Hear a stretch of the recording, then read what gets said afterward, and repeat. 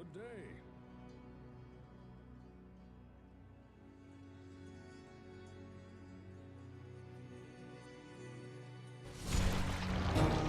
Test, test, test. I need to make sure I can hear myself, and then we will get started. I have a lot to cover today. Way too much to cover. So, all right, cool. Yeah, I can hear myself. So, the Diablo 2.0 reimagined mod is coming out soon. And when it comes out, we will be losing our save files.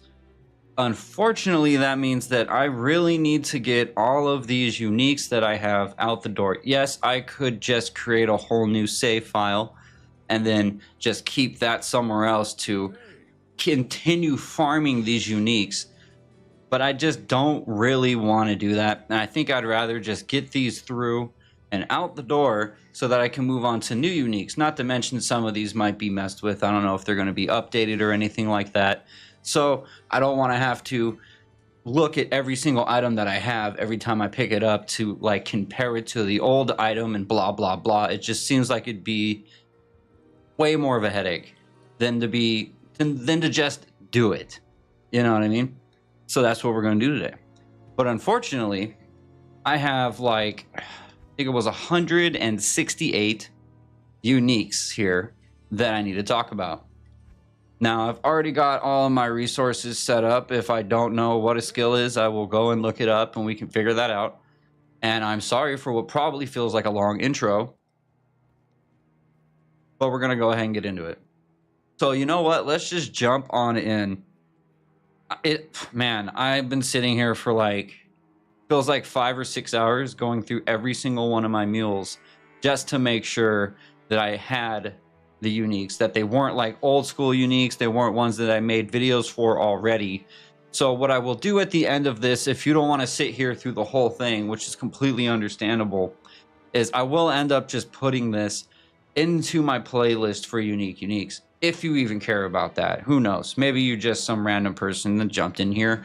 Depending on when you're watching this, you know, maybe that won't even be around anymore. But let's just go ahead and get started. And if you want to find any of the other uniques, all you have to do is go over there to the playlist and you can watch all the other ones. I have marked all of these down. So going forward, you probably won't see these in that series. But yes, okay, so let's go, man. Because, oh man, this might take a while. So first up, we have Grief Spawn. This one is pretty cool. I mean, you know, it's not the best in the world. You're probably going to hear me say that a million times throughout this stream. Fair warning. Gives you 40% increased attack speed. Gotta love it. You're also going to get the 10 to 20 damage added to it. You know, obviously not to the gloves, but added to your weapon. You get slain monsters, rest in peace. Enhanced defense, you get increased maximum life 10%, and this one rolled is ethereal, which is why I kept it, because anytime I can find something that is ethereal, I am definitely going to keep that, as opposed to, is it ethereal or is it ethereal, man? Because I feel like, you know, some people say ethereal, other people say ethereal. I've always said ethereal, but I've heard from people that that's wrong, so I have no effing clue. So I'm just going to go ahead and keep saying ethereal until someone tells me otherwise. Going next, we have Marauder's Claw. This one right here, that's only a exceptional weapon, not an elite, an exceptional pair of gloves, I mean, not an elite like this one over here. Which, by the way, 172 defense for those gloves is pretty good. Pretty nice. I don't really know what I would use this for, though, is the only issue. I mean, yeah, it would be nice to have the slain monsters rest in peace. I always love to have that. But I don't want to sit here and talk your ear off about every little affix, so let's just go ahead, keep going. For this one, we're going to have 10 to minimum damage, negative 5% to target defense, which, fuck yes. You know, I love that. You better love that, because everybody who is playing this game, especially when the 2.0 patch actually comes out, is probably going to need stuff like that right there to help you get through the new harder version of Diablo 2.0, which in my opinion is actually going to become much harder, because I'm pretty sure I mentioned it in my last video about the patch notes that they're actually making it so that charms have a weight limit now.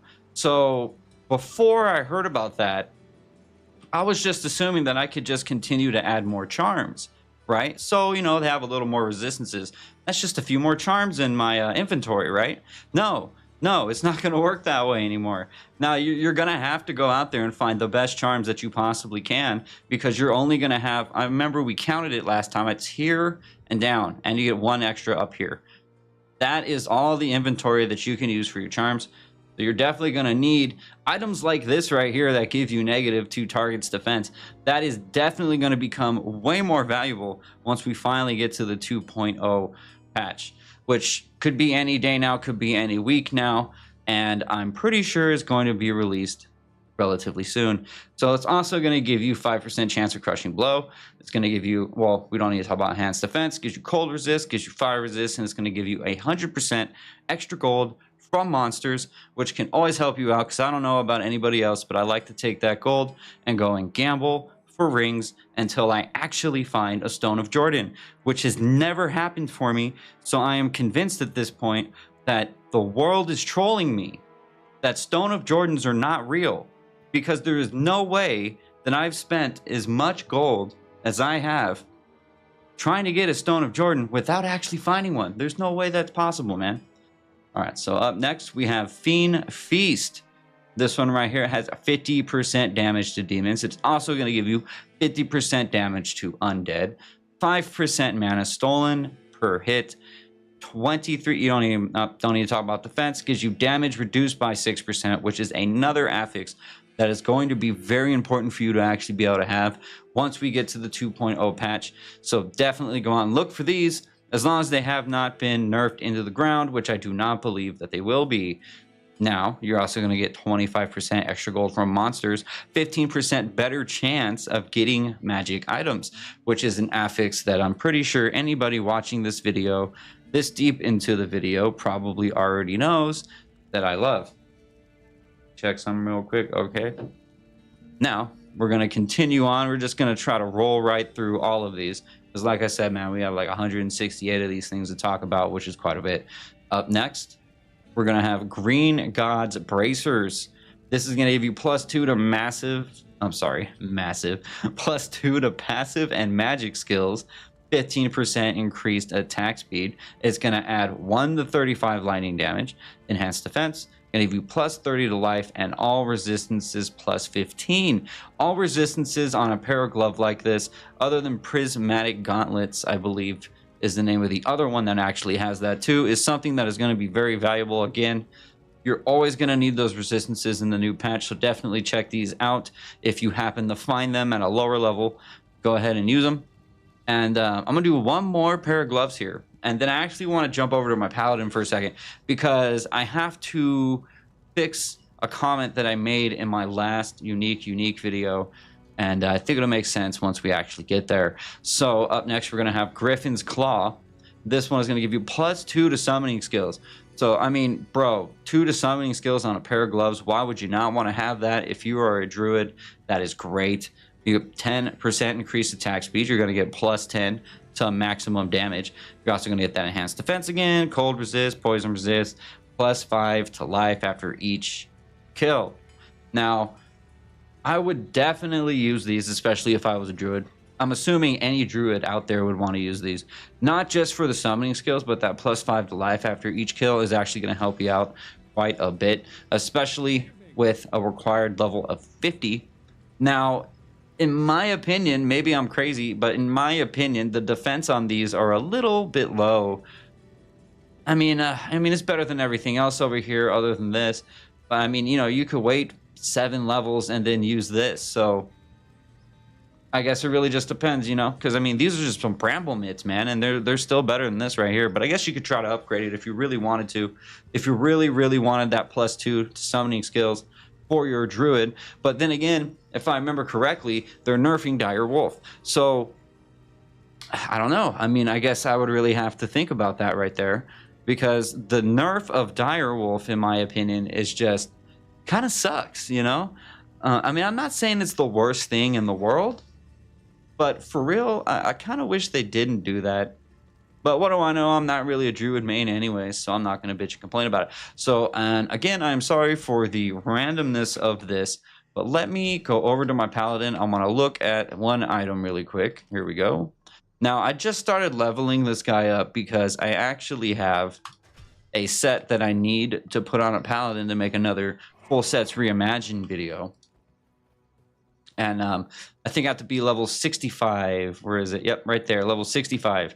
And that's for the narrow path between light and darkness set, which I'm trying to do. But today I spent most of my time clearing out all my inventory so I could find all of my uniques. And once I did, I was like, oh my God, I'm about to be streaming for the next 16 hours.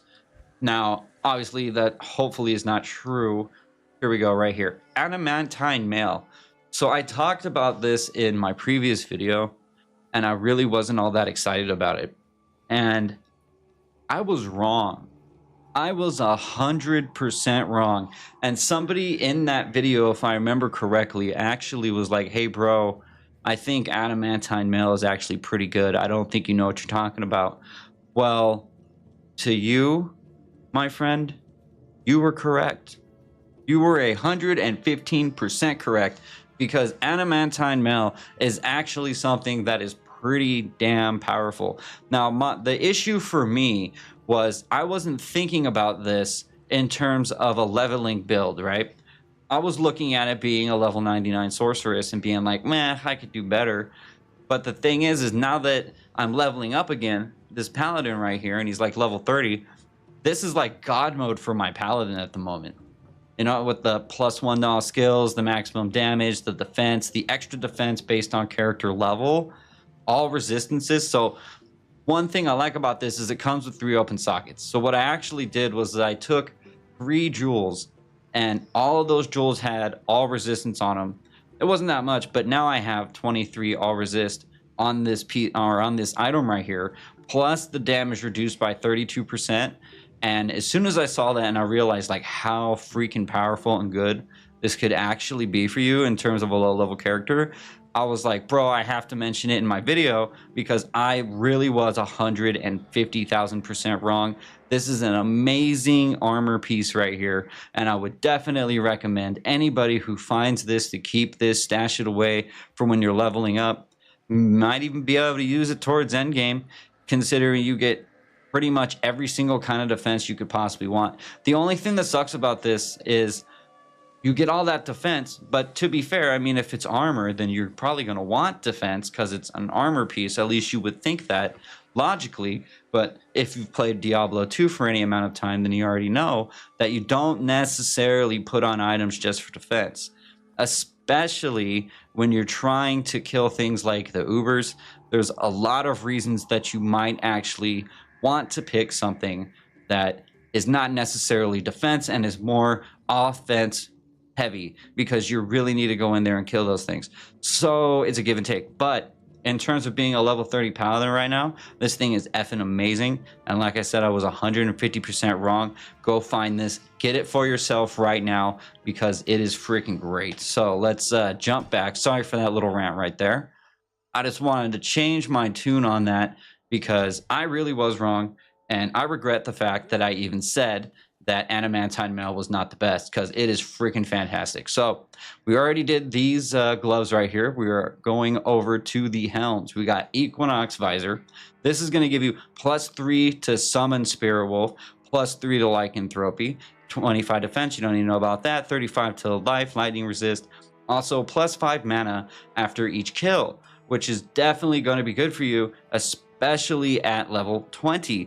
Now, I think the best thing about this item right here is the summon Spirit Wolf and the +3 to lycanthropy. Now, my only issue with that is, again, I don't really know like how nerfed Spirit Wolf might be with the Dire Wolf nerf. So I really need to play the new build more with a druid to be able to tell you whether or not this is still going to be like top tier. But in my opinion, at least for now, it is an amazing helm to find, especially if you're a druid. So I would definitely go out there and do it. And I mean, I'm assuming it can't really be all that bad, the nerfs for Dire Wolf. If nah, you know what, we're gamers, we'll find a way around it. I mean, it's really not that bad. It's not a huge nerf. It is just something that I was a little taken aback by. But then again, I'm not a druid main, so maybe I don't know what the hell I'm talking about, and I will openly admit that to you right now. You ask me questions about a sorceress, and I will definitely have a much better idea of what is going on. So we're just going to go ahead and move on and pretend like I said nothing about that one whatsoever, because we were moving on. So now we have Steel Skull. This one's going to give you plus 10 increased attack speed. It's going to give you 10% faster hit recovery. You get mana stolen per hit, 5% life stolen per hit, defense. Also, 43% better chance of getting magic items, which again is my favorite affix. Now, I am actually going to use this on my paladin once I get to level 35, because it has the defense here of 239, which is pretty effing fantastic, especially for level 35. I need that mana stolen per hit, and I need that life stolen per hit. But I mean, I did just get insight, so it really isn't that bad, but I would still take the mana stolen per hit, especially if I'm trying to be a hammered in, right? Well, right now I'm just using Holy Bolt. And I was talking to the guys the other day, actually, in the Discord, if we could somehow maybe get a spread on a Holy Bolt. And I guess, I did not know this, but I guess there actually is items in the game already, maces in the game already, that actually gives you, I believe it's only one more to Holy Bolt, which I think is just freaking great. Because, man, can you imagine like how powerful a Holy Bolt Paladin would be if you could add like maybe 4 or 5 projectiles? You would destroy everything. You know, Holy Bolt is pretty underrated in my opinion, and actually I've been using Holy Bolt, and although I have points put into hammer, right, for my hammered in, I forget what it's called right now, I'm sorry, I'm still like using Holy Bolt because it's destroying everything. I just gotta talk to him. I was tired of seeing that little freaking exclamation point above his head. So this can definitely help you out. It's going to help me out once I hit level 35 of my paladin, that's for sure, and I'm definitely going to be using that. Up next, we have Crown of Thorns. This is going to give you a 15% chance to cast level 5 Cyclone Armor when struck, 10% chance to cast a level 3 Frozen Armor when struck, level 1 Thorns Aura when equipped, plus 1 to Barbarian skill levels, defense, 29% 2 mana, cold resist, fire resist, and damage reduced by 8. This is another item that, although it's only 87 defense, I think the other affixes here really make up for that. Not to mention, you know, the barbarian skill levels, but level 3 frozen armor on your barbarian is going to be huge for you, especially at level 32. I don't know why you wouldn't want that. Not to mention Thorn's Aura when you equip this item, right? Now, it is only level 1, but still, if you're a barbarian, you're getting in there getting smashed by everything. It's going to help you out a lot. This, in my opinion, in terms of a normal item, is one of the best for the barbarian that I have seen so far. So I could definitely recommend this to any single person who is playing barbarian, that if you find this, keep it, because it can actually help you out quite a bit, especially once you get up there to go and start fighting Bale and Mephisto and all that crap. You know what I'm talking about. One sec, guys. Sorry, I'm talking and talking and talking. But, yeah, so this is great right here. You know, you gotta love that mana. And that 15% chance to cast Cyclone Armor is even better than the Frozen Armor. I mean, oh my god, dude. Like, what else could you possibly want on a helm right there for your Barbarian? You know what? Not even just the Barbarian. Pretty much any class. Now, the only thing bad about it is, obviously, to, you know, utilize this, you know, to its fullest potential, you would have to be a Barbarian. But almost any character at level 32 could use this.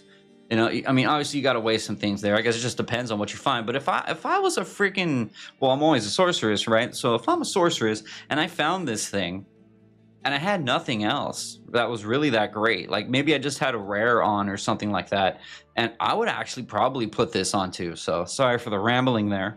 So let's move on. We got Fool's Crest. This is going to give you +1 to combat skills, defense, life stolen per hit, 47 defense. Already said that. Whoops. 50 to life, cold resist 25%, and 35% better chance of getting magic items. Best affix, gotta love the freaking resist, love the life, Love the defense. Love the life stolen per hit. I don't really think there's anything I really need to say about this. Defense is a little bit low. It's not like, oh my God, this is God tier, but it's definitely not the worst one either. So take it or leave it. If I found it, I would use it if I absolutely have to. But if I found this and then I found Crown of Thorns, what, like 2 levels later? Yeah, I would definitely throw that on the ground, say goodbye to it, and put on Crown of Thorns. So up next, we got Treachery's Allure. So this is going to give you 3% mana stolen per hit, slows target by 15%. This is going to, defense again, 10 to all attributes, reduce all vendor prices 15%.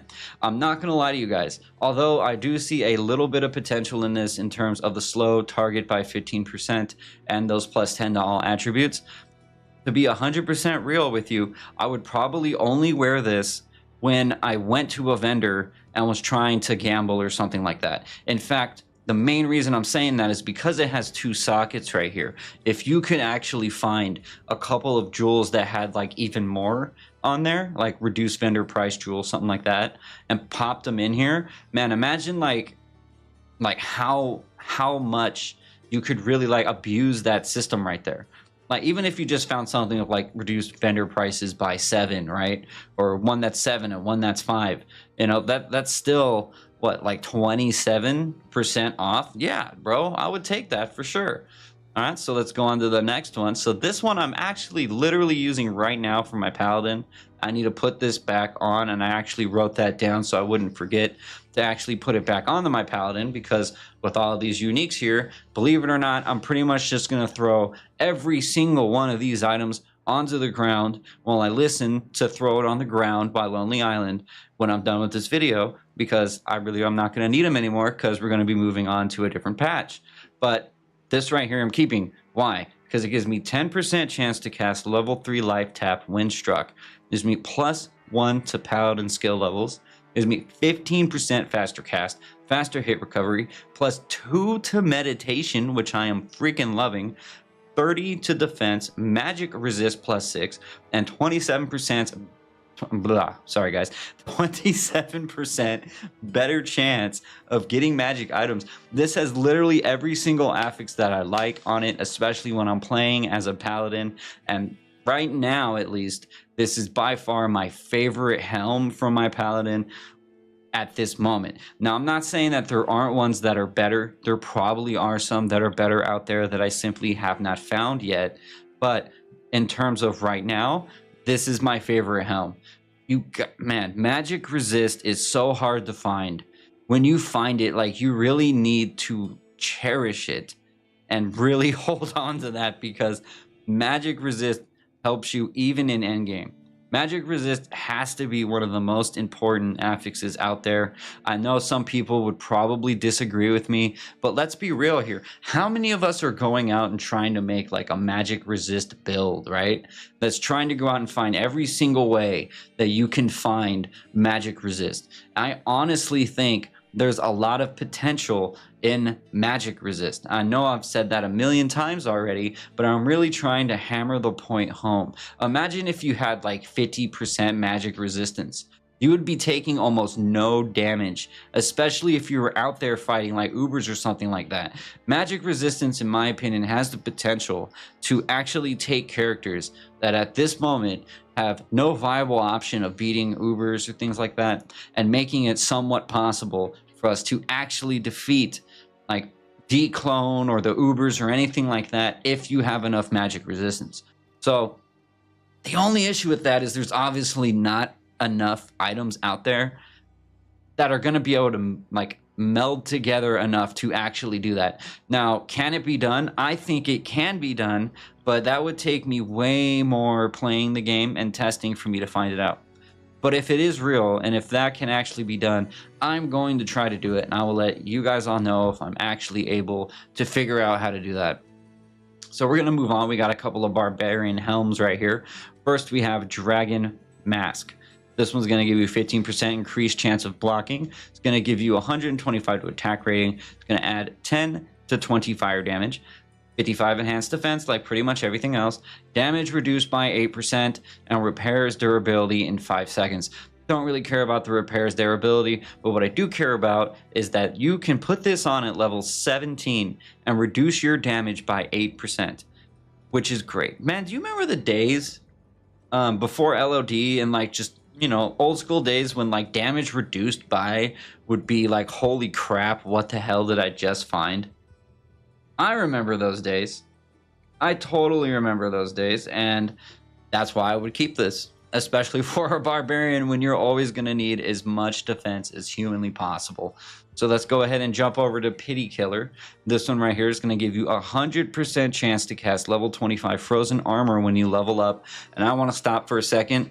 I'm sorry again, guys, but I have to talk about this right here. I really love this because how many times, tell me, has anybody ever like gotten to a situation where maybe you're playing as, man, it could even be, well, it's barbarian only, so we'll just use a barbarian for the example. All right, so have you ever gotten into this situation, right, where you're a barbarian, you're getting smashed up, and you realize, oh crap, I'm screwed, I'm in stun lock, and there's no way I'm going to be able to get my body back. And you just eat the experience loss, and you just eat the gold loss.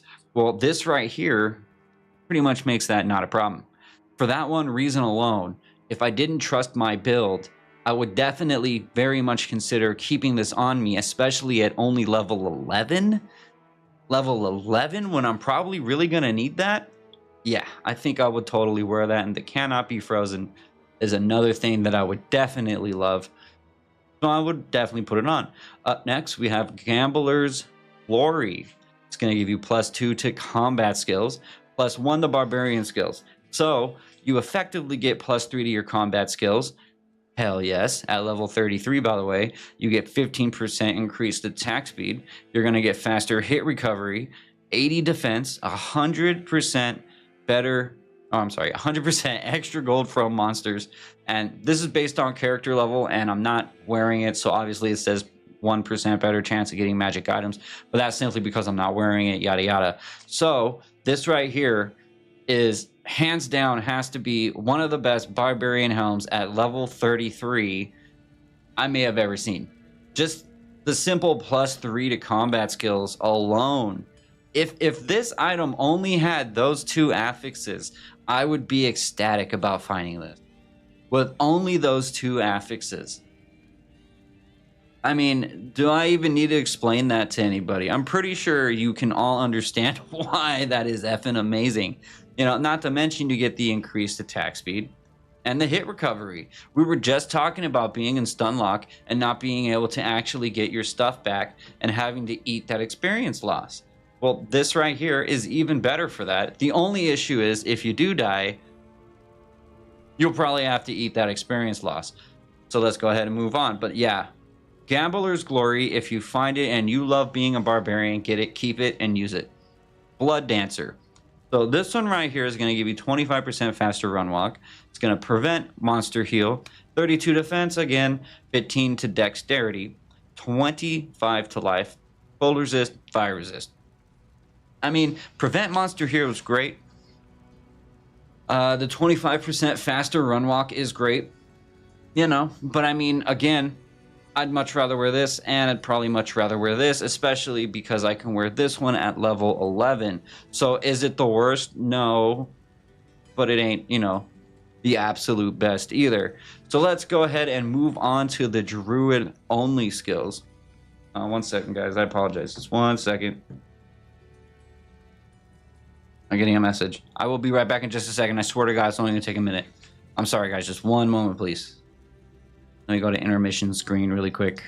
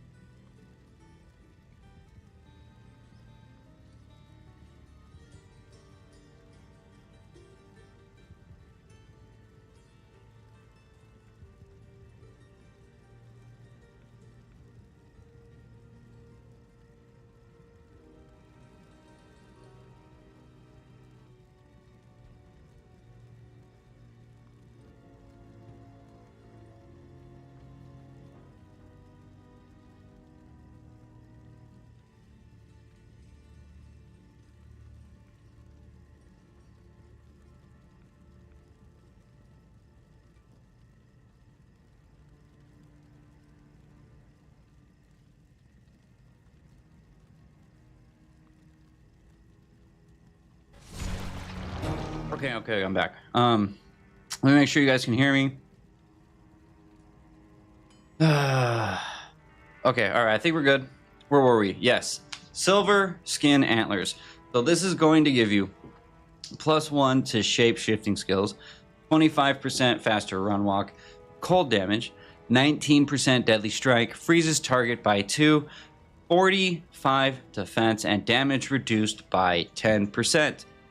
Now, normally, I would say that this really isn't all that great, but considering you can actually equip this at level 14 of all things, then yeah, I think that is freaking amazing. The damage reduced by the deadly strike, the freezes target, the faster run walk. Why would you not use this? Not to mention you get shape-shifting skills too at the same time. So, I mean, yeah, I would definitely wear this at level 14. I don't know why somebody wouldn't want to wear that at level 14. Up next, we have Yamada's Token, and this one's going to give you +1 to Druid skill levels. So another one that gives you more Druid skill levels, even though it's only level 21. You get 24% increased chance of blocking.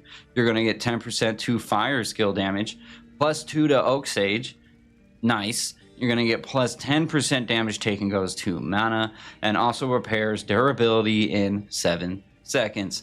So this one right here, I would definitely hold on to this and use this if I was playing as a druid. That 10 to the fire skill damage, actually, I know maybe this sounds weird and maybe a lot of people won't get this, but at level 21, 10% more damage to your fire skills is actually a lot, man. That is actually a lot. So yes, this is actually a very good helmet, and I would definitely wear this. Up next, we're going to have Blood Brother. This is a wolf's head. It's going to give you 8% life stolen per hit.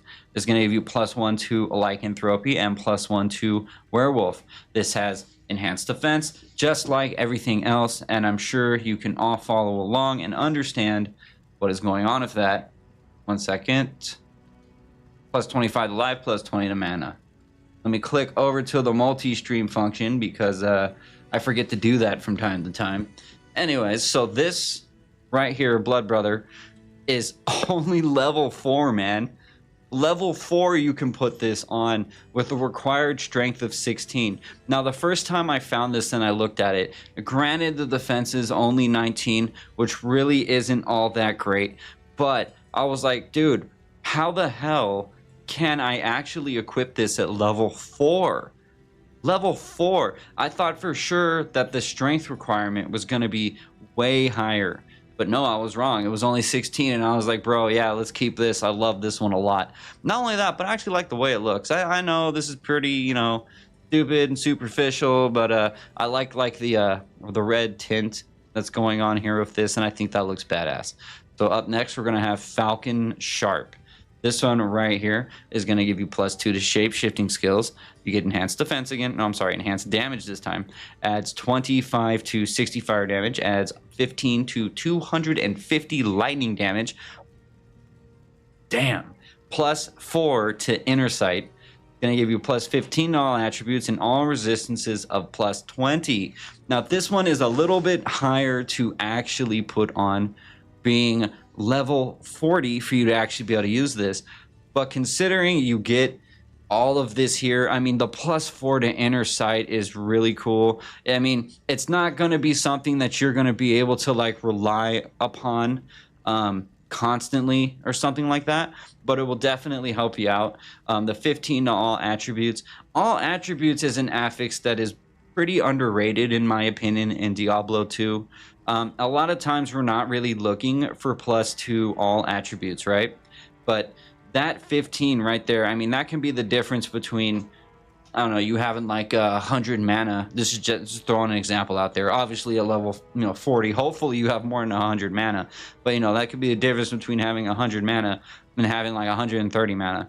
So I mean, yeah, that's really cool. The all resistance is +20. one thing most of us are usually looking for, especially towards the end game, is we need stuff with all resistances, because if you can have all resistances as one affix, you don't need to focus so much on trying to get like just cold resist or just fire resist. And in the 2.0 patch that's coming out, that is definitely something that's going to become way more valuable to you because of all of the buffs, right, to the resistances. So this one right here, although I think it was great before, I do believe that in the new patch is going to be even better for you and could actually go up a little bit in value, in my opinion. Now, obviously, we're not going to be going out there and selling this to people, but you understand what I mean when I say value. So let's move on to the next one. This is Eye of Heaven. It's going to give you 25% faster cast rate. It's going to give you 68 enhanced defense, 15 to vitality, 15 energy, half freeze duration. Now, I will bring this up real quick. I was literally just talking about that. This one gives you 15 to vitality and 15 to energy. Now, I could be looking at this at level 19 and being like, holy crap, 15 to vitality, 15 to energy. That's nice. But then, like, you know, you go over here and you get 15 to all attributes. So you see what I'm saying, guys? Like, literally, like, you get both of those and more with this one compared to that one. You know, now this one you can actually go ahead and equip this at level 19. So yeah, you know, that is pretty cool and all, but just saying, 15 to all attributes, much better for you than 15 to vitality and just 15 energy. Up next, we're going to have Creeper's Canopy.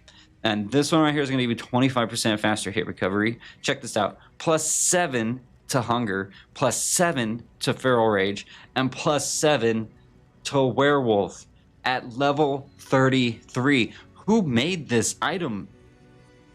For real, who made this item, bro? Like, this item feels like, well, you know what? Let me tell you the last three affixes, and then I'll go into that rant.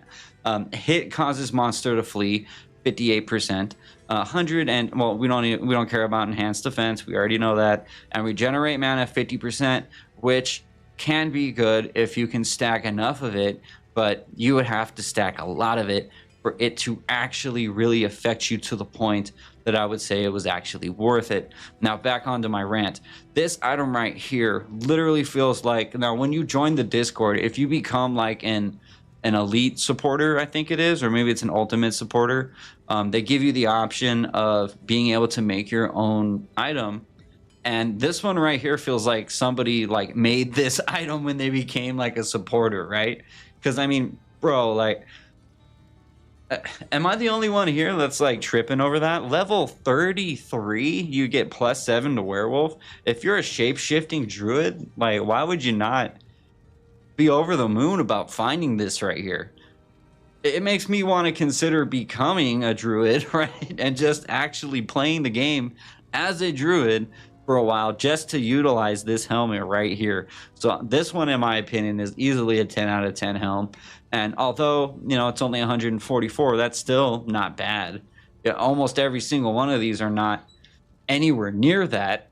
I mean, a couple of them are, but yeah, I mean, look at this, you know? So, I mean, not only are you getting a hella defense, but dude, +7 to hunger, feral rage, and a werewolf. That is effing incredible. And I would freaking love having that right there. So that is all for our helms, and I am trying to go through these as fast as humanly possible because, like I said at the beginning, we have 168 of these, man, to go through, and I have been now running my mouth for about 40 minutes, and we have only gotten to here, and we still have this, and this. So, yeah, all right, let's go ahead, and I'll try to make it go a little bit faster. Maybe I can talk a little bit faster. I swear to God, you guys, I'm not on meth. I am just able to talk this fast normally. All right, so we got Kingsguard. 20% faster block rate. You got 34% increased chance of blocking. You have 25% enhanced damage, which is good. 5% life stolen per hit. Defense again. Magic resist. Check that out. Magic resistance of 15%. Damage reduced by 15%, and reduce all vendor prices by 15%. This is another one that legitimately almost feels like someone was like, hey bro, can you make this item for me right here? You know, the faster block rate, the freaking, you know, life stolen per hit. To me, more importantly, the magic resist of 15%. Now, let me see if I can find that helm we were talking about just a second ago. when I went on my little rant about magic resistance. Here it is. Well, no, this one has 6%. I could have sworn to God there was one that had more. Where are you? I know you're here somewhere. Because I specifically remember ranting about magic resistance. Maybe it was the 6% magic resistance one. Maybe it was...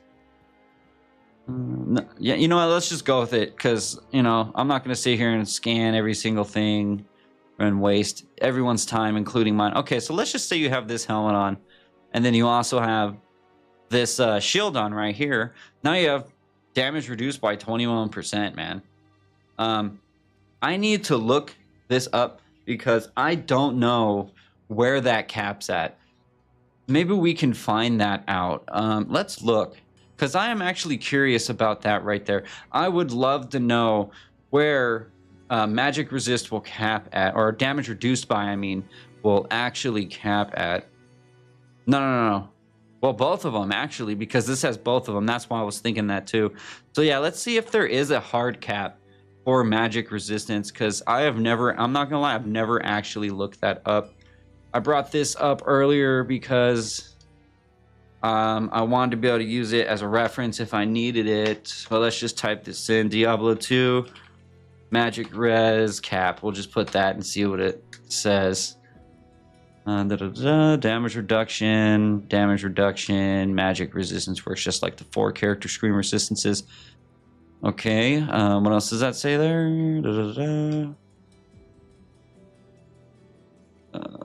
Is it not going to tell me what the cap is? Come on, that's all I really care about.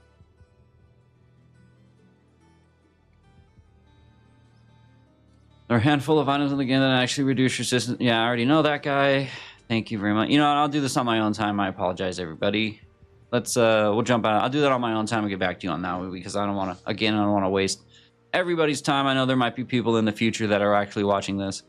So anyways, all right, let's just go ahead and move on. But yeah, this thing is amazing, and I would definitely use the King's Guard. Yeah. Okay, so up next we have, what is this? Mongolian Trust. So this is +1 to assassin skill levels. You get 30% increased chance of blocking, -10% to target defense. You get 4% life stolen per hit, +2 to Shadow Warrior, +2 to Cloak of Shadows, hit, blinds, target, and you get enhanced defense. So Cloak of Shadows and hit, blinds, target actually synergize together very, very well. Because if I remember correctly, Cloak of Shadows will make it so that the monsters can't see you within a certain radius, right? But if you walk into that radius, then they will be able to see you regardless of Cloak of Shadows actually being active. But if you have hit, blinds, target at the same time, then in theory, you should be able to go up to those monsters that can't see you, and you can get into their radius, you can hit them, and now they can't see you again. So instead of just having Cloak of Shadows, which, I mean, yes, it's great, and please don't take this as me of trying to say Cloak of Shadows sucks. That's not what I'm saying. But the one caveat to Cloak of Shadows has always been that radius problem that you would have to deal with, because it does make it easier for you to kill everything, because the monsters behind whatever monster you're hitting is not going to see you, but they can start hitting you again anyways if you're within that radius. But now that you have hit, blinds, target together, it doesn't really even matter whatsoever. And another thing I need to look into, now that I'm thinking about this and looking at this item right here, is I don't know if that applies to splash damage. Because if that applies to splash damage, then that would actually mean that if you had Cloak of Shadows and hit, blinds, target, and the hit, blinds, target actually applies to your splash damage, then you've effectively made everything blind and nothing can hit you whatsoever. Because if you have both of those, and, you know, because you could walk up to 3 monsters and maybe you activate all 3 of those ranges there, but you've used hit, blind, target, and now the splash damage has hit those other 2 monsters as well, and that's basically going to make you invisible. So this is what I'm actually going to want to try out on my assassin. Not just for the assassin skill levels, but specifically because I do know that that cloak of shadow and the hit blind target right there actually is very helpful. And I do like the +2 to Shadow Warrior, because when I'm playing as an assassin, I actually never really use that whatsoever. So this is a good way for me to actually get that ability without actually having to put any points into that. So yeah, so again, sorry for my little rant. Let's go ahead and move on. Now we have Undead Buckler. We get +1 to Druid skill levels. We're going to have 17% increased chance of blocking, +1 to Revive, +5 to Skeleton Mastery, +2 to Summon Grizzly, +2 to Carrion Vine, and +10% damage taken goes to mana. Now, all of those are great, and again, this is another one, because you can put this on at level 36. This is another one right here that I honestly feel like this one has to be one of those ones that someone was like, hey bro, I'm an ultimate supporter, please make this for me, because this is crazy. 5 to Skeleton Mastery? Bro, 5 to Skeleton Mastery at level 36? Like, that, man, that is just freaking badass, isn't it? I feel like if this was in original D2, people would be like losing their minds if they found this thing, right? Now I know it's not like end game necessarily, but then again, it does give you 5 to Skeleton Mastery, so holy crap, bro. And the Summon Grizzly, you know, and all that, like, nice. This is 10 out of 10. I would definitely use this if I was a druid. Maybe mix and match it with one of these helms up here, and you will be able to destroy things. Up next, we have Kill Hunger. This one is going to give you... Blah. Sorry, man. This one's going to give you +1 to Necromancer skill levels. It's going to give you 30% faster block rate, 27% increased chance of blocking, 3% life stolen per hit, +2 to Raise Skeletal Mage, +2 to Skeletal Mastery. You get that enhanced defense, and +6 life after each kill. At level 21, this is overpowered as fuck for a Necromancer, and I would be creaming myself if I actually found this at level 21. Bro, well, let me stop for a second there, because that is if I am a summon Necro. If I am like a poison dagger necro, obviously I wouldn't be that excited. But usually when I'm leveling a necro, I will usually play as a summon necro while I'm leveling. Not necessarily as just a poison dagger necro while I'm leveling. Although I will use that from time to time, because in my opinion, poison dagger is actually pretty good. So yeah, there has been times where I've just like leveled up with Poison Dagger. But if I was a summon Necro, then hell yes, let me have that, please. Now up next we have a Wish Granter. This is +1 to Barbarian skill levels. Increased chance of blocking, 14 to maximum damage, 200 to attack rating, +2 to natural resistance, Barbarian only, +2 to double swing, Barbarian only. You get enhanced defense and increased maximum life 10%, which can be huge depending on how much life you have. Either way, it really don't matter, because 10% is actually a pretty good substantial jump when you are a Barbarian. Now, this right here would be pretty much perfect for a double swing Barbarian, and I would definitely use this if I was a double swing Barbarian.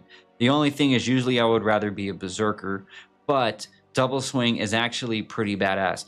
Now, the only thing that would, in my opinion, be better to have on this, I would prefer if they would get rid of the 27 increased chance of blocking and maybe replace that with increased attack speed. If they were to like replace that with increased attack speed for my Barbarian, bro, it's done. Yes, I'm using, well, actually, no. Maybe I wouldn't use this, because I just realized, yeah, this is a shield. So maybe I wouldn't actually use this, because it is kind of weird for double swing to be on a shield, isn't it? Oh man, my bad. I didn't even click that, because as soon as I saw double swing, I'm instantly thinking, okay, this is on a weapon. So that's kind of weird, actually. I don't know how I feel about that. So I'm going to pretend like none of that even happened and just move on. This is, what is this? Lockdown and Guard. So this is going to give you +3 to all skills. It's also going to give you Damn, bro. +3 to all skills. Holy crap. 15% faster hit recovery, increased chance of blocking, enhanced defense. Based on character level plus defense, you also get fire absorb 30%, and requirements are plus 50%. So this definitely probably needs that requirements plus 50% if they're going to give you +3 to all skills. Now this one right here, I literally could not put this on until level 82, and the only issue with that is by the time I'm level 82, depending on the character and the class that I am playing, I'm probably not going to be using this because there's probably something specific that I would rather use. But I would definitely consider it, considering it gives you +3 to all skills, which is quite a bit. There isn't too many items in the game that's just going to give you a straight up buff of +3 to all skills. So I would consider it, but I don't know if I would really actually want to use this unless I legitimately had nothing better. Now, I don't want anybody to think that I'm saying this is trash. This is definitely not trash, but at the same time, again, if I was level 82, hopefully I have a game plan and I already have something that in my mind is better because I went out and specifically target farmed for that item. Up next, we have Big B's Crushing Fist. +1 to all skills, enhanced damage. You're also going to get chance for Crushing Blow, which is based on character level, and +41 to defense. Obviously, that can roll in different places, but this one, compared to the last one, isn't really all that great.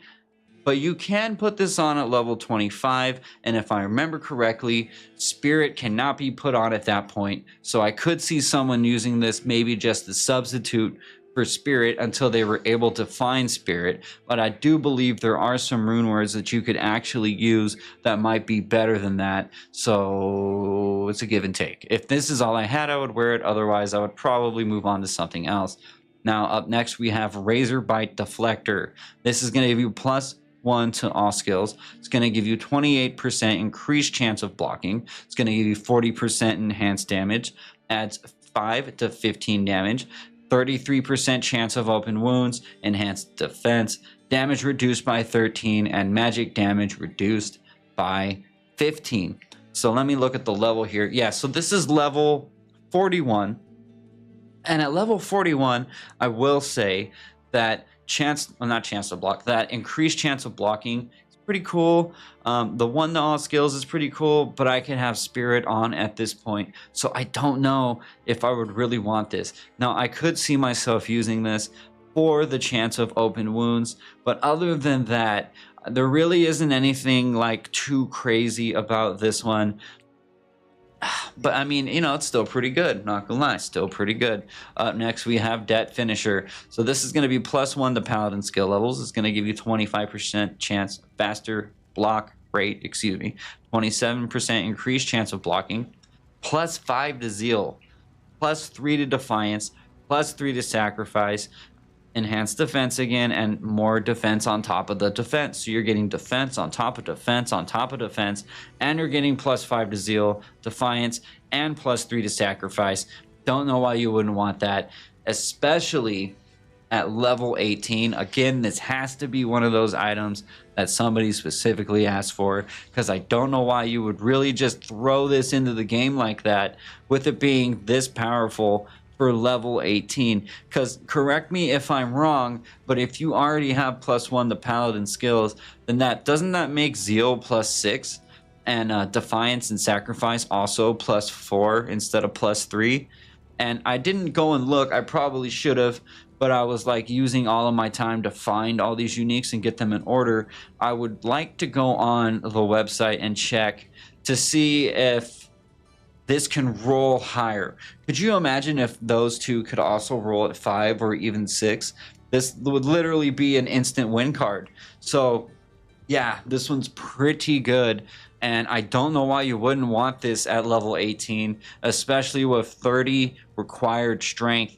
Easy as heck to get, and very, very easy for you to actually take advantage of. Up next, we have Black Rain. This is Paladin only. 100% chance to cast a level 3 static field when you kill an enemy. Level 7 Holy Shock Aura when equipped. You're going to add 10 to 100 lightning damage, hit blinds target +2. You get enhanced defense, you get some cold resist, and you get some fire resist. Although this isn't the worst shield in the game, I would definitely throw it on the ground extremely fast if I had this in my inventory. Going back to that one. Up next, we have Secret of Steel.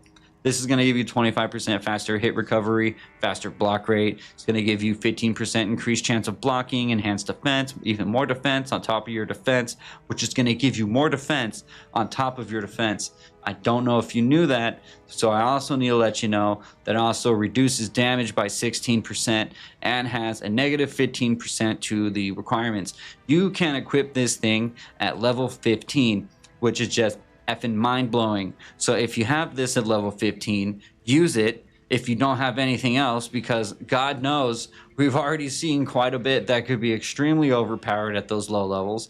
But in terms of just being level 15 requirement right here, bro, that's pretty damn good, and I would definitely use this. In fact, I'm pretty sure at level 15 I was using this on my pally I was just talking about literally like yesterday. So yeah, I would definitely recommend that. And can you imagine if you had that damage reduced by 16? And then which one of these up here? One of these also had damage reduced by, let's not go through all that crap again. But anyways, long story short, you could use this, and then one of these helms also had damage reduced by at the same time at a very low level.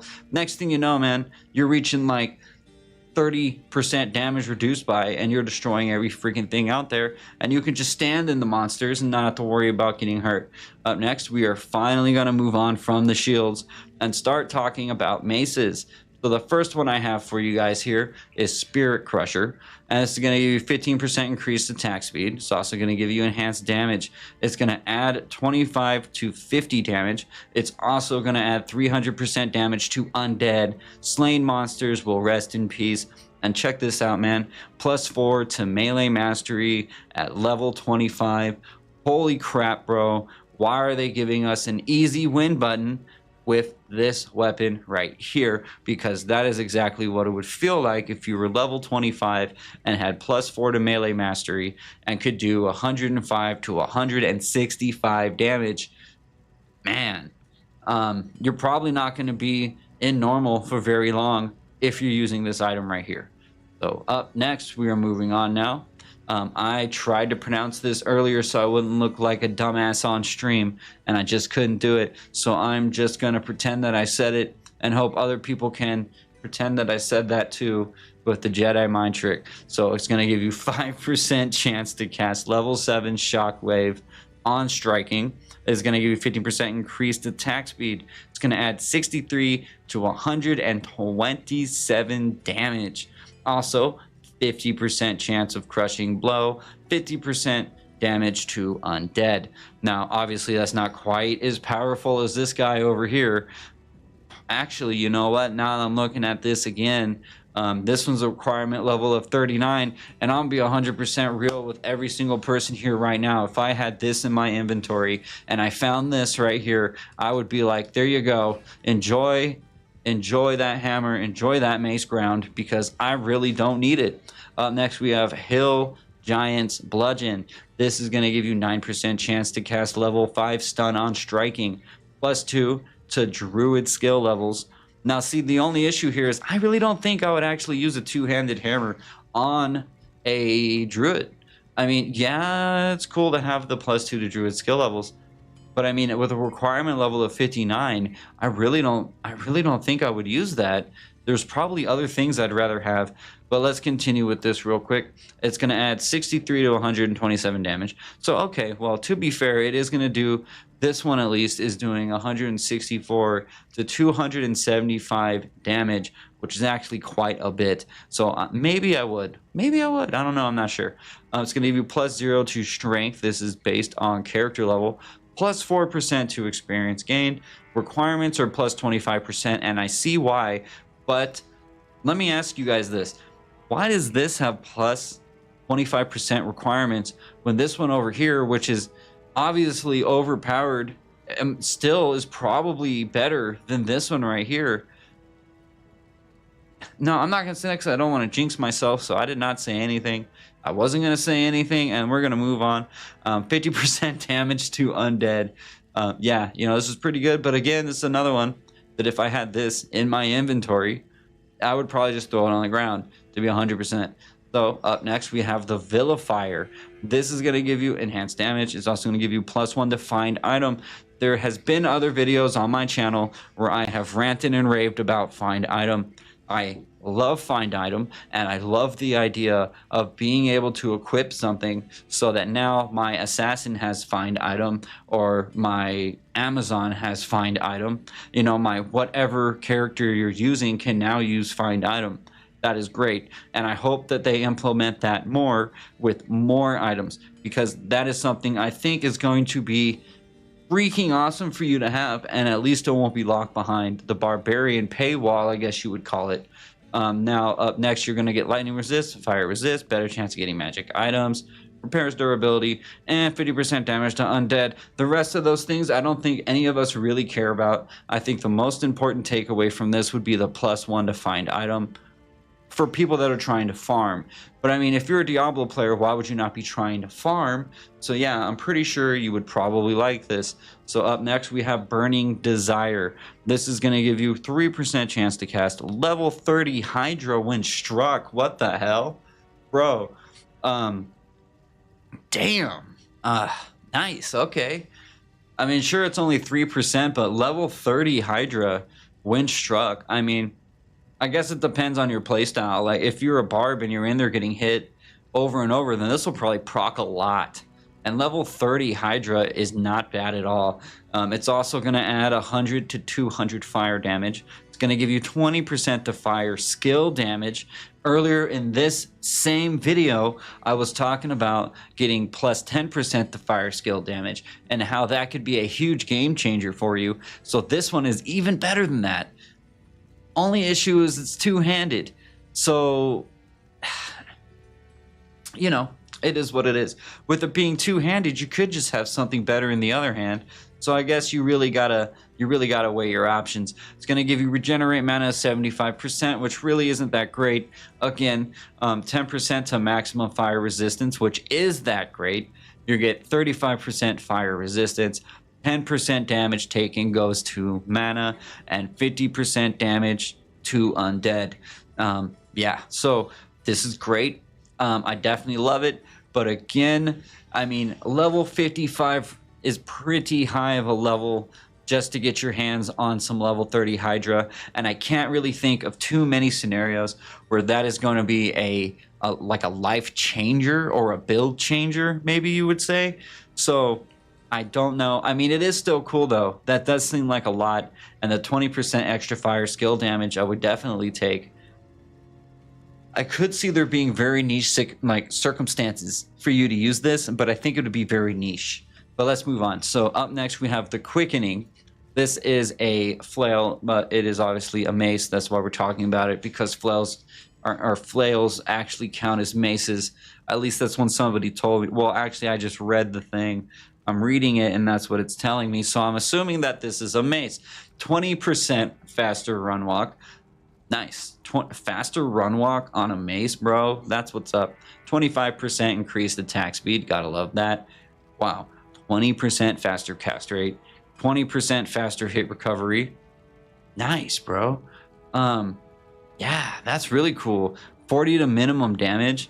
And ignores target defense, and 50% damage to undead. I wish they had this as maybe a staff of some kind, because I would definitely use this on a sorceress. That's pretty cool. That is pretty cool, actually. Yeah, I would love to have this for my sorceress. Like, a caster would love to use this thing, I think. You know, because, I mean, you get 20% faster run walk, the increased attack speed, which won't really matter for a caster, but the 20% faster cast rate is pretty cool. So yeah, but yeah, I do wish it wasn't a flail and maybe it was like a staff. I'd probably use it more, just because the way my mind works is I don't really want to even put something that isn't a staff onto my sorceress. But obviously, I mean, you could use it for a paladin, which would make sense at level 29. So yeah, you know, all in all, I'd say yeah, it's pretty good unique. Up next, we have, what is this, Quick Fint? Is that how I say that? Quick Fint or something like that? Gives you 15% faster run walk. Okay. 20% increased attack speed. That's pretty cool again. Increased chance of blocking. You're going to get enhanced damage. You're going to get more damage on top of damage. 30 to defense and 50% damage to undead. So this one, in my opinion, actually might be a little bit better than this one. And I know maybe you're thinking, why? That doesn't make sense. Look at all the cool stuff you get with this one. Well, it's because this can be equipped at a level 7. Level 7 to be able to equip these things is very, very early. At level 7, 15% faster run walk is freaking great. So again, I would definitely use this. I could totally see a druid using this. Plus you get, well, actually, man, you get the increased attack speed. So I mean, just about, and I would even use this with a barbarian, to be real. So yeah, especially at level 7. Holy crap. That's good for a level 7 item. Definitely not good for endgame. Duh. I'm pretty sure y'all know that. This is Gladiator Strike. This is the next one up here. We got 15% chance to cast level 9 Nova on striking. You get +2 to druid skill levels. You get 25% increased attack speed. You're going to get enhanced damage. You're going to get adds 1 to 225 lightning damage. You get prevent, monster heal, lightning resist, and plus 50% damage to undead. Now, I will say that is a lot of lightning resist. Gotta love prevent, monster heal, increased attack speed, but more importantly, having access to +2 to druid skill levels in just one hand is freaking great if you're a druid, because you can now use this and then maybe some crazy shield over here or something like that to add even more skill levels. In fact, if I remember correctly, didn't we have a shield here that gave us more druid skill levels that we thought was like really crazy? Let me look here. I could have sworn to God. Oh, we did. Let me look. Sorry, I apologize, everybody. Yeah, right here. Was it that one? Yeah, it's this one right here. Okay, so this one, now this one does have a requirement level of 36 compared to this one's requirement level of 40. Okay, so they're within 4 levels of each other, so that's not bad at all. So if you had this one and you had this one, so I mean, you're only really getting, okay, so sorry, I gotta do a little math. So you're only gonna really be getting +2 to druid skill levels with this right here, right? Okay, yeah, so that's +2 druid skill levels. But that means that now summon grizzly is now going to be +4, plus the +1 already to the druid skill levels. So now you have +5 to summon grizzly. Yeah, skeleton mastery is not a druid skill level, so it wouldn't apply to that. The carrion vine does apply to that, doesn't it? So that's now +5. So yeah, so I mean, if you had this over here and then you mixed and matched it with this right here, you could have +5 druid skill levels basically, which is a lot. So yeah, I would say this is a good item. Some of the other things on this, although it does give you 25% increased attack speed too, which is nice. I guess it depends on whether or not you are going to be a summon druid. If for some reason you're playing a full-on melee build, maybe you're using, what is it, meteor or something like that. I think you guys know what I'm talking about. Yeah, then this could definitely, especially with mixed and matched with this one up here, can really destroy and demolish things if you had both. So up next we have Eater of Souls. This one right here is going to be 20% increased attack speed, 16% increased chance of blocking, enhanced damage. You're going to get adds more damage. Again, yet again, surprise, surprise. 6% life stolen per hit. Slain monsters rest in peace. +5 to melee mastery. And 50% damage to undead. Huh. That's, man, that's not bad at all. Let me look at this one again. What was that? Okay, skeleton mastery. Okay, so you couldn't mix that with that. But you could like dual wield both of these right here to get a nice boost in power if you're a druid. But you know, you'd probably be better off using this as a barbarian. So it is pretty badass. I will give it that. The +5 to melee mastery is effing insane. It is a level requirement of 46, and by the time you hit 46, you probably have a better idea of things that you need. But that is really tempting. +5 to anything is extremely tempting. So I could definitely see myself using this, especially Bro, I love slaying monsters, rest in peace, because I hate the shaky stick guys that they always bring back their effing minions, you know? So, slaying monsters, rest in peace, I'm definitely going to vouch for. But let's go ahead and move on, because I can't really, off the top of my head, think of any scenarios where that could be extremely beneficial in crazy ways. So this one's going to give you 40% increased attack speed, which is a lot of effing increased attack speed. Holy crap, that's a lot of increased attack speed. Adds 50 to 127 damage. You get 15% target, or I'm sorry, negative 15% to target defense, negative 20% to enemy fire resistance. You're going to get prevent monster heal. You're also going to get plus 10 fire absorb, repairs durability. We don't really care about that necessarily. And 50% damage to undead. Now, I would definitely use this one as well. But then again, it is at level 59, so I don't know if I really would use this or not. Yeah, compared to some of the other things that we were just talking about, I don't know if this is really like the craziest one.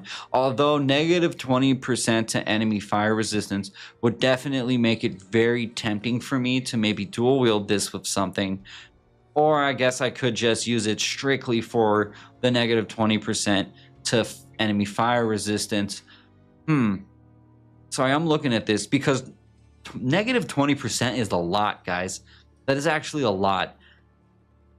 I know that with my lightning sorceress, I think I only have like 15 negative lightning enemy resist, right? So, and that has been a freaking game changer for me. I'm just like, I'm sorry, I'm like brainstorming right now. Like, I could actually see a fire source using this. I know that sounds nuts. I get that. But yeah, I could actually totally see maybe a fire source using this. I could see people utilizing this specifically just for the negative to the enemy fire resistance right here. So I think this is one, especially with the 2 sockets there, because there's other things that you can add to that to make that even better. So yeah, I would hold on to this. I mean, it does, 63 to 152 damage, but that wouldn't really matter if I was a caster. But that is such a high percentage for the enemy fire resistance that I would be very tempted just to keep it anyways. But yeah, I'll go ahead and stop gushing about that one. And let me look here. So we are at 1 hour and 13 minutes, and we have now gone through just one of the 5 panels that we need to get through. So let's go ahead and keep going. Next we have, what is this? High Candra, blah, blah, blah. Yeah, edit, right? High Candra, we'll just call it that. 40% faster hit recovery, 40% faster block rate. Is going to add 10 to 40 damage, 15% to dexterity, all resistance plus 25, 50% damage to undead, and this one is ethereal. That just happens to be the way that it dropped. Now, you can use this at level 25. I could see my level 25 paladin using it, but only strictly pretty much for the all resistance. No, actually, you know what? Now that I think about it, because I have just been recently playing as a paladin, because this does 14 to 55 damage, which is actually pretty good for level 25. So yeah, I could see myself using this for sure. Now, this one's pretty good. You gotta love that all resistances right there, and especially in the 2.0 patch as that comes out, we are gonna need every single source of all resist that we can possibly find. So yeah, I could see myself using this one for sure. Okay, so up next we have Fist of Loch Donin. So I'm wondering if this is like Donin from D4, because if it is, then this is a trash mace, and we should just like throw it on the ground and never even talk about it. And I probably shouldn't even talk about it, because Donin was trash, and Donin is a loser, and I've never liked that guy. My girl don't like that guy, and nobody in this freaking chat right now should like that guy, because F Donin. But yeah, let's go ahead and go over this right here, because you level 3 Vigor Aura when equipped, which is actually pretty effing good. It's also going to give you +1 to all skills. You get enhanced damage. You get damage to demons. You get add 75 to 200 fire damage. You're going to get negative 15% to enemy fire resistance, which I was literally just talking about 20% being massive. So this one is pretty massive too. +4 to shiver armor. You're going to get +25 to energy and 50% damage to undead. It seems to be like this weird trend here going on of this negative or this 50% damage to undead. Seems like a lot of things have that affix on it. Not exactly sure why, but I'll take it. You know, I'll take it for sure. Just seems like there's quite a lot of that going on with these new uniques. But yeah, so we're going to get that damage to demons, which is nice. +1 to all skills, definitely a good thing. But the shiver armor, especially because like you don't have to use this as a sorceress, so I think the shiver armor is really good for this one right here. And the enemy fire resistance, again, I'm not going to go on and repeat everything I just said about that, because I would totally get it if people start clicking off the video if I'm just like constantly talking about enemy elemental resistances over and over and over. So let's just go ahead and move on.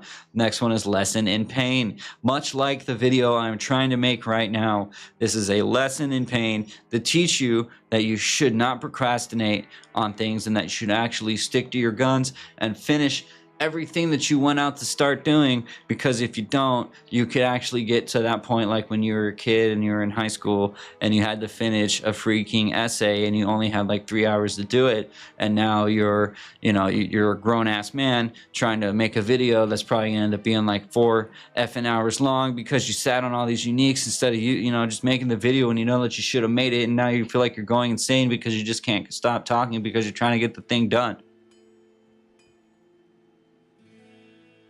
20% chance to cast level 3 amplify damage when struck. You're going to get level 5 Thorns aura when equipped, +1 to paladin skill levels. You're going to get that enhanced damage. You're going to get more damage on top of your damage. You're going to get 50% damage to undead.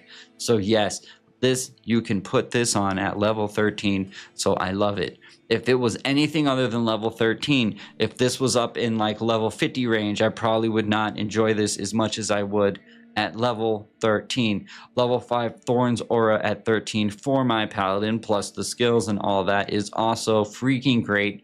And what I really like about this is a 20% chance to cast level 3 amplified damage when struck. Now, one thing I get very tired of doing, and I'm sure I'm not the only person out there who feels this way, is I get sick and tired of having to constantly switch through my spells and get them casted, right?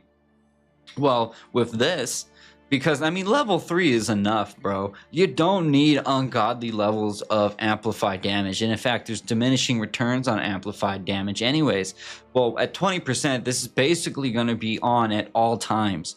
So you can pretty much just stop casting amplified damage and just use this mace and let the mace do it for you, right? Which saves you, finger or whatever, saves you finger fatigue or whatever you want to call it. So yeah, I like this a lot, even if it is just to make my life easier, which I wish everything could make my life easier. So up next we have Genoa's Trust.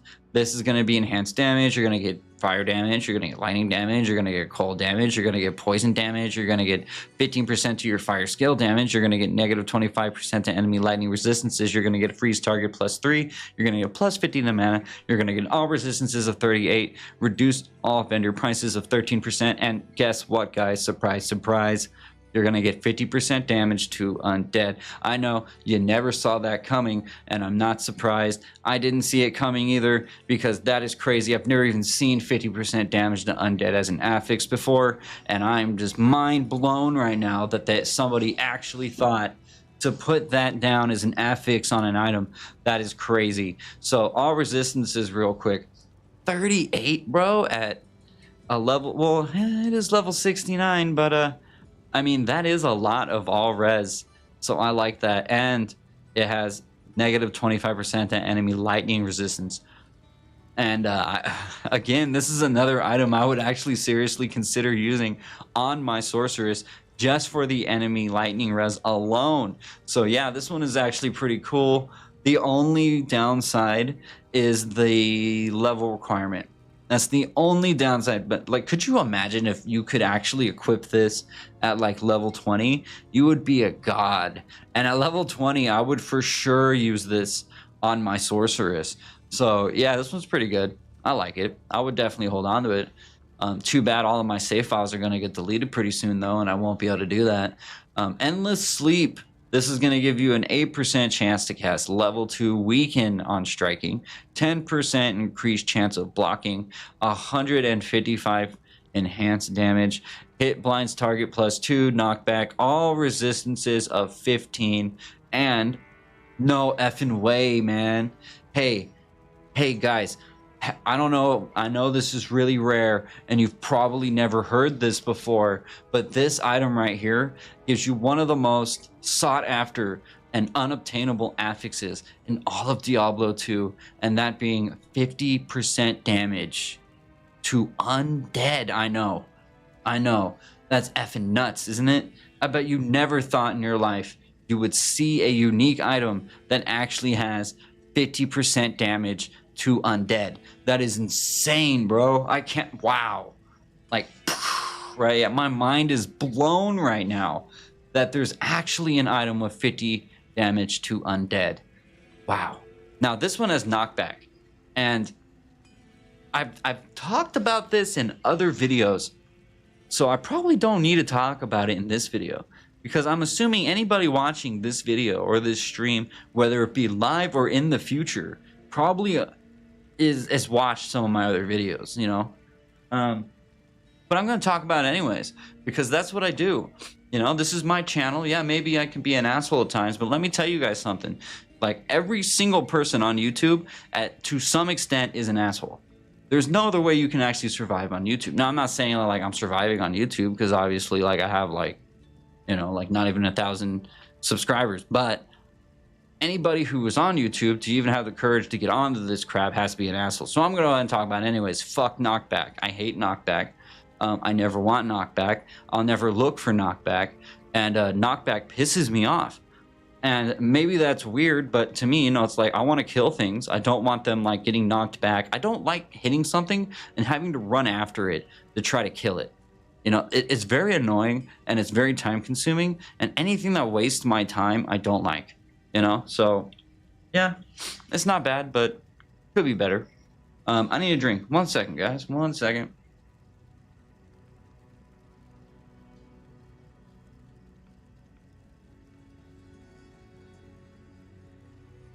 Damn, okay.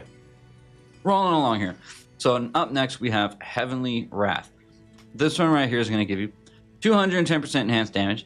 That's going to be +1 to maximum damage. That is based on character level. +3 to Holy Shock, Paladin only. +2 to Concentrate. +2 to resist lightning. Cold res, fire res, and holy crap, 50% damage to undead. Is this just a feature that I don't know about that's on like every single mace? Because maybe I'm just a dumbass and it's every single mace comes with damage to undead or something. I don't know. This is a pretty cool mace though, because you get that +3 to Holy Shock, you get the +2 to Concentration, and also +2 to resist lightning. Now it is a required level of 39, so I don't know like how often I would actually choose this over something else that's probably way more godlike, but I could see myself using it. Like if I really didn't have anything else to use that could be at least similar to it. But yeah, you know, it's pretty cool, and I would definitely use it. Okay, we're about to go into axes. Yeah, so this is a lot. Ooh, okay, all right. I'm gonna take a break though, real quick. Small break. I'll be back in literally 10 minutes.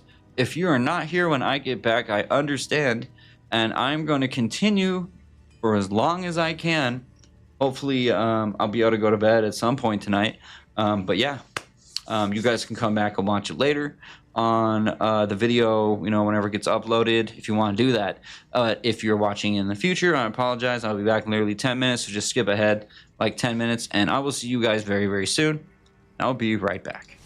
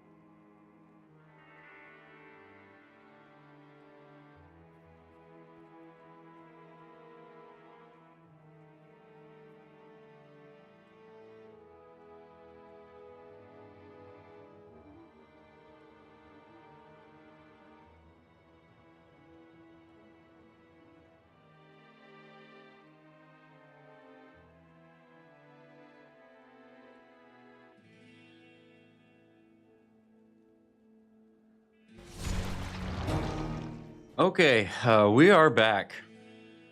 I believe the last one we did was Curse Weaver. All right, man.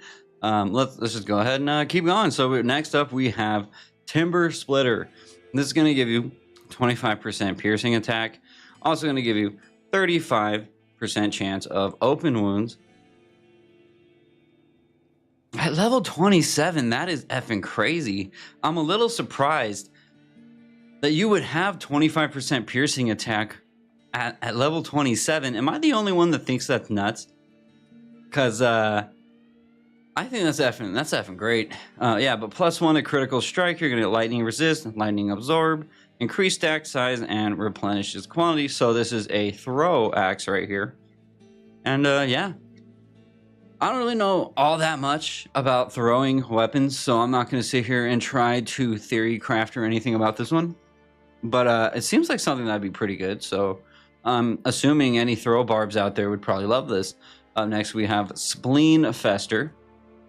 This is going to add 10 to 20 damage, give you 30% bonus to attack rating, plus 71 poison damage over 6 seconds. Going to give you 25% deadly strike, prevent monster heal. You also get increased stack size, and you get plus 15 to dexterity.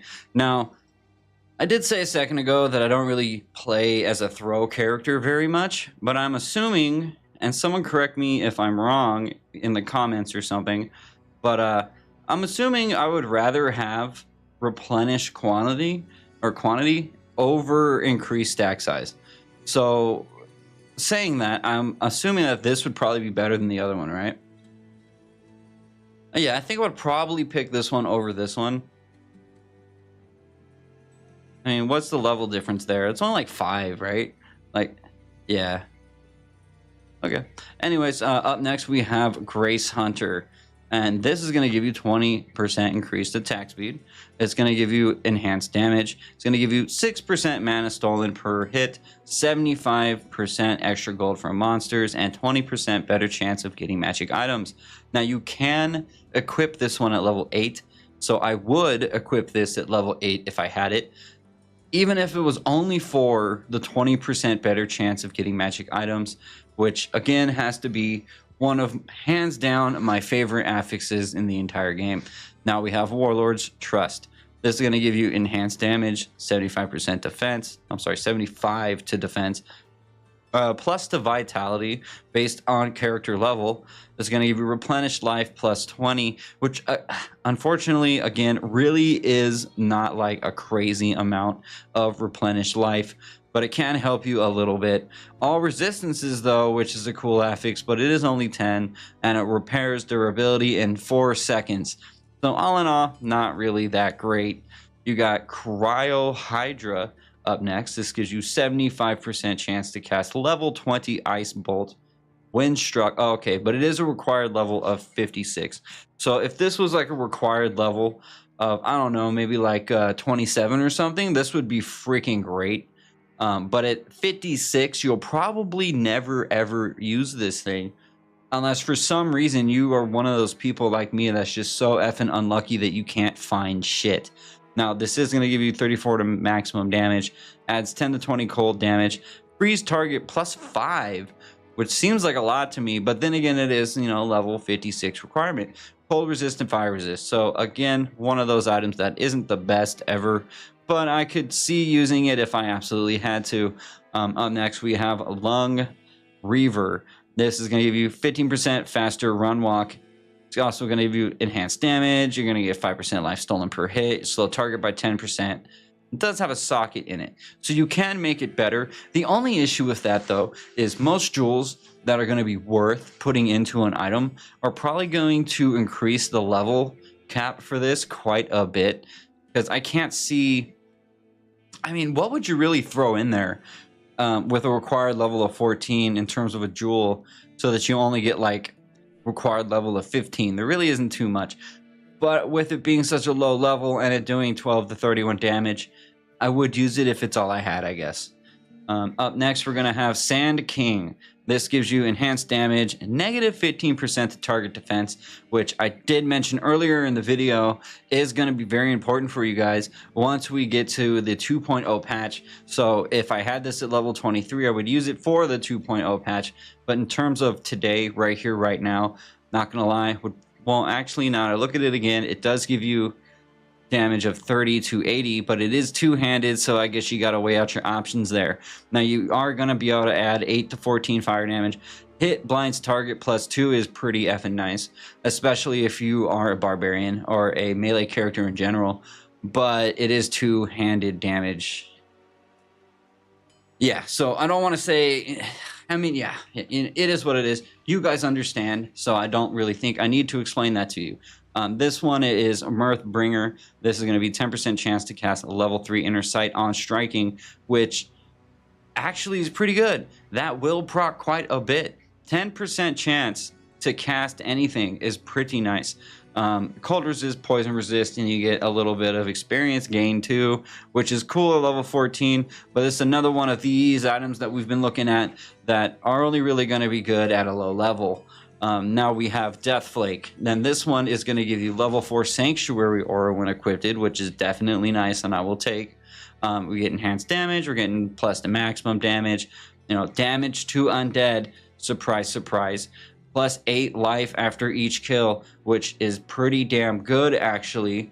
And most items like this usually only have like plus 5 life after each kill, so plus 8 is nice.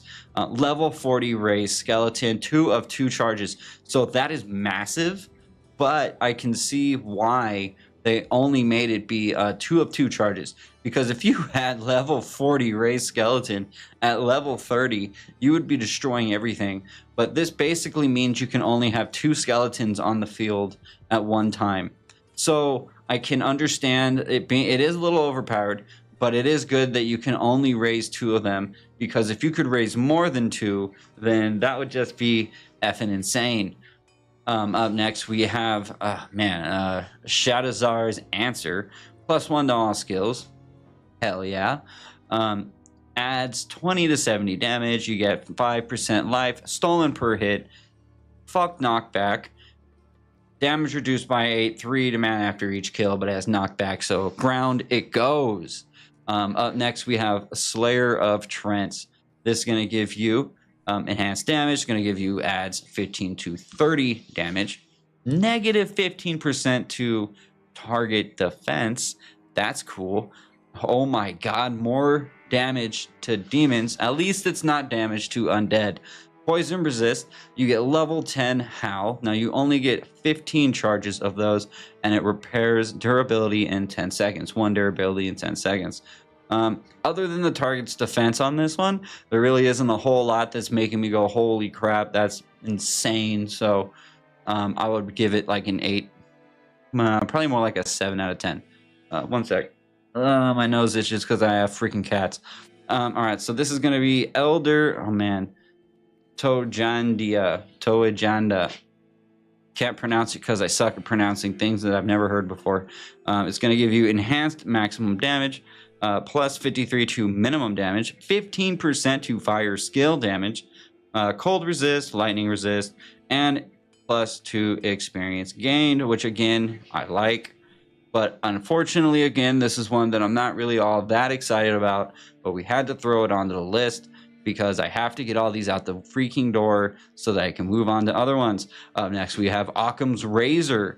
This one seems pretty cool, actually, because it gives you level 5 Prayer Aura when equipped, plus 1 to all skills. You get enhanced damage, you get some Deadly Strike, plus 3 to melee mastery, and fire resist. This one only rolled with 17%, and I'm sure my barbarian would love this at level 23, especially if I didn't have anything better. So yeah, this one's pretty cool. You know, the prayer aura I really like, so you can get a little bit of healing going on there. Deadly Strike definitely helps you, and plus 3 to melee mastery at level 23 is a lot. So I could see why people would like this and why they would definitely want to use that. Up next, we have Ground Shatterer. This is going to give you 12% chance to cast level 7 Fissure on striking, which will proc a lot, but It is only level, or I mean, it is 60 level requirement. Sorry, guys. So by that point, you probably have a lot of things that are better, and you don't want to use this. Now, it is going to give you +2 to fire skills, enhanced damage, enhanced maximum damage, attack rating, give you +20 to strength, which is still a lot, but I would always take that +15 to all attributes we were talking about earlier over that strength. So I don't know. You get damage reduced by 5. Had to look over the camera to see that. Cold resistance and fire resistance. Now this is okay, but at level 60, I don't really think it's anything special, and I can't really see people like trying to base builds off of it like it was Death's Web or something like that. So it isn't the best in the world, but it is a lot to get the fire skills right there. So it's okay. This is what is this? Merilith Edge, something like that. Yeah, so we get level 1 Holy Freeze Aura when equipped, +2 to all skills, which is great. Enhanced damage, you get ignores target's defense. You get 6% mana stolen per hit, 6% life stolen per hit, and 20% damage taken goes to mana. Don't think I need to explain damage taken goes to mana to anybody here in this chat right now, but if for some reason you somehow are new to Diablo 2 and you magically stumbled upon my channel by some sheer dumb luck, well, first of all, let me say I'm sorry, and I feel really bad for you because I should not be your introduction to YouTube Diablo people because way smarter people out there for you to go watch. You should probably go watch them. But damage taken goes to mana does not necessarily mean that the damage comes out of your mana. It just means that 20% of that damage will increase your mana. So just be aware of that. It's not really the best though because it's a requirement level of 68, which is way too much for something like this in my opinion. So I probably wouldn't use it. This right here, we are moving on to javelins. This is Rhyme of the Bard. This is going to give you 35% increased attack speed, which is a freaking awesome jump in attack speed. Increased stack size, replenish quality. We were talking about that earlier. Level 2 Warcry, level 3 Battle Orders, and level 3 Shout. So I would assume you would want to use this on a throw barb, but I could actually see an Amazon using this. Now, you would gain the Warcry, Battle Orders, and the Shout, so I don't see what would be the downside for an Amazon to actually use this and to be able to have this in their wheelhouse. So yeah, that's pretty good. Next, we have Hate Monger. This is going to give you 7% mana stolen per hit, 7% life stolen per hit, +5 to attract, +250 defense versus missiles, and replenishes life +13, which is very, very low for replenished life and is not really that great. Unfortunately, I think Hate Monger is not the best. Has some decent throw damage, some pretty craptastic one-hand damage for level 38. So yeah, it's not my favorite, but I could see why somebody would want to use it. Up next, we have Pride Breaker. This is going to give you enhanced damage. It is going to give you +75 to attack rating, +75% to damage to demons, increased stack size, and replenishes quality. Unfortunately, not much for me to really talk about on this one. It's a thing, it's an item, and if it's the only thing you have, use it. But if you have anything else, you will probably use almost anything else other than this one. So let's move on. Now we have Luck Chaser. This is going to give you +1 to Barbarian skill levels, +1 to Amazon skill levels, 15% increased attack speed, 72% enhanced damage, +1 to Critical Strike and Lightning Resist, increases stack size.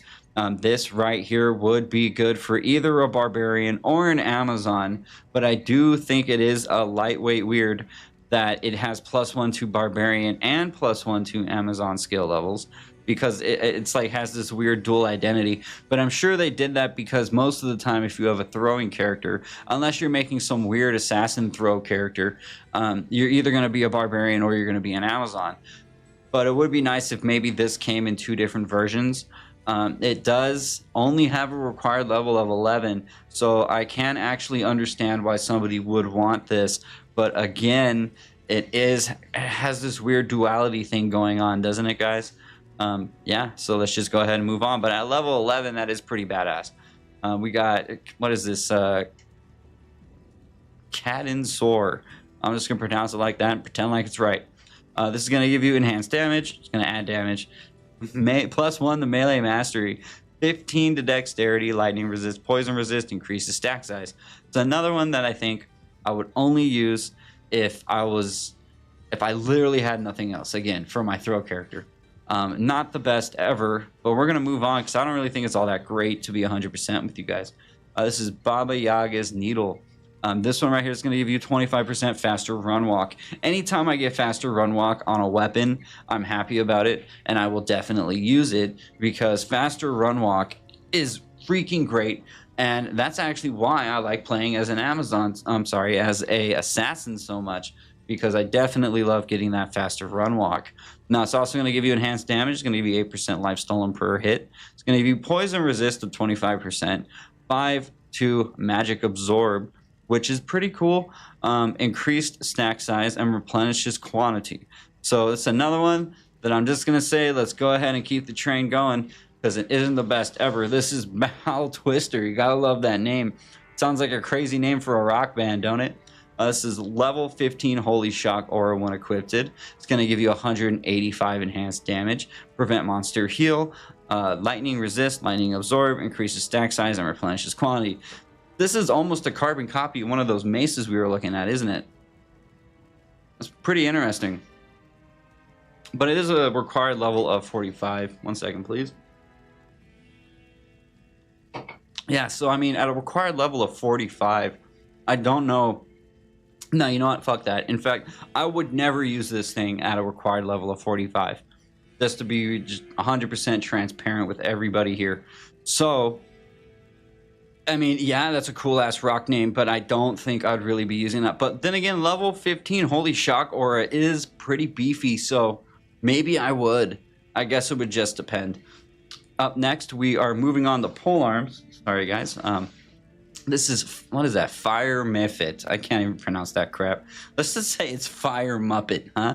This is going to be known as Fire Muppet. I'm going to talk about it, and we're just going to call it that. So let's move on. 12% chance to cast level 13 Blaze when struck. You get +1 to all skills.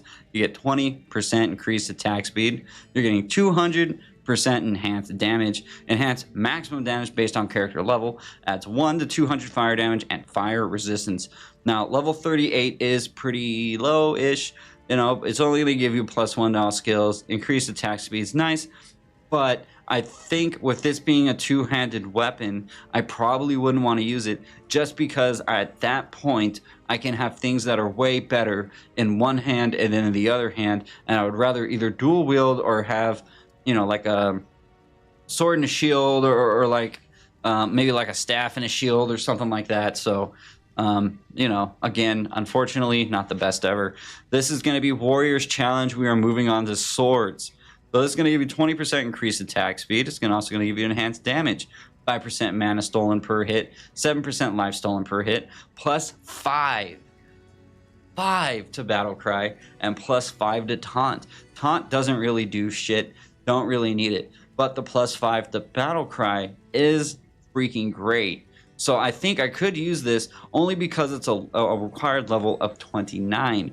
And at 29... it might be worth it for me to actually use at such a low level. Not to mention it's doing like 32 to 64 damage, which is pretty good at that level. Up next, we have the Demand for Justice. This is a 22% chance to cast level 13 Static Field when you kill an enemy, which basically means that is going to be proccing almost all the time. You will be hitting that static field all the time, which is very, very helpful. It also gives you +1 to all skills, faster hit recovery, enhanced damage, 75 defense, 10 life after each demon kill, 10% to experience gained, which I will always take, level 30 Death Sentry. Let's talk about that for a sec. Sorry, dude, I have such bad allergies right now. I'm so sorry. All right, so level 30 Death Sentry. You only get 15 charges, which was probably a good move, because if they gave you more than 15 charges, this would be a little overpowered, especially because you will probably never use this as an assassin. And the assassin's the one that mostly has the ability to be using Def Sentry like that. So if I was a barbarian though, and I was using this, as a two-handed weapon, at least I would get the level 30 Def Sentry.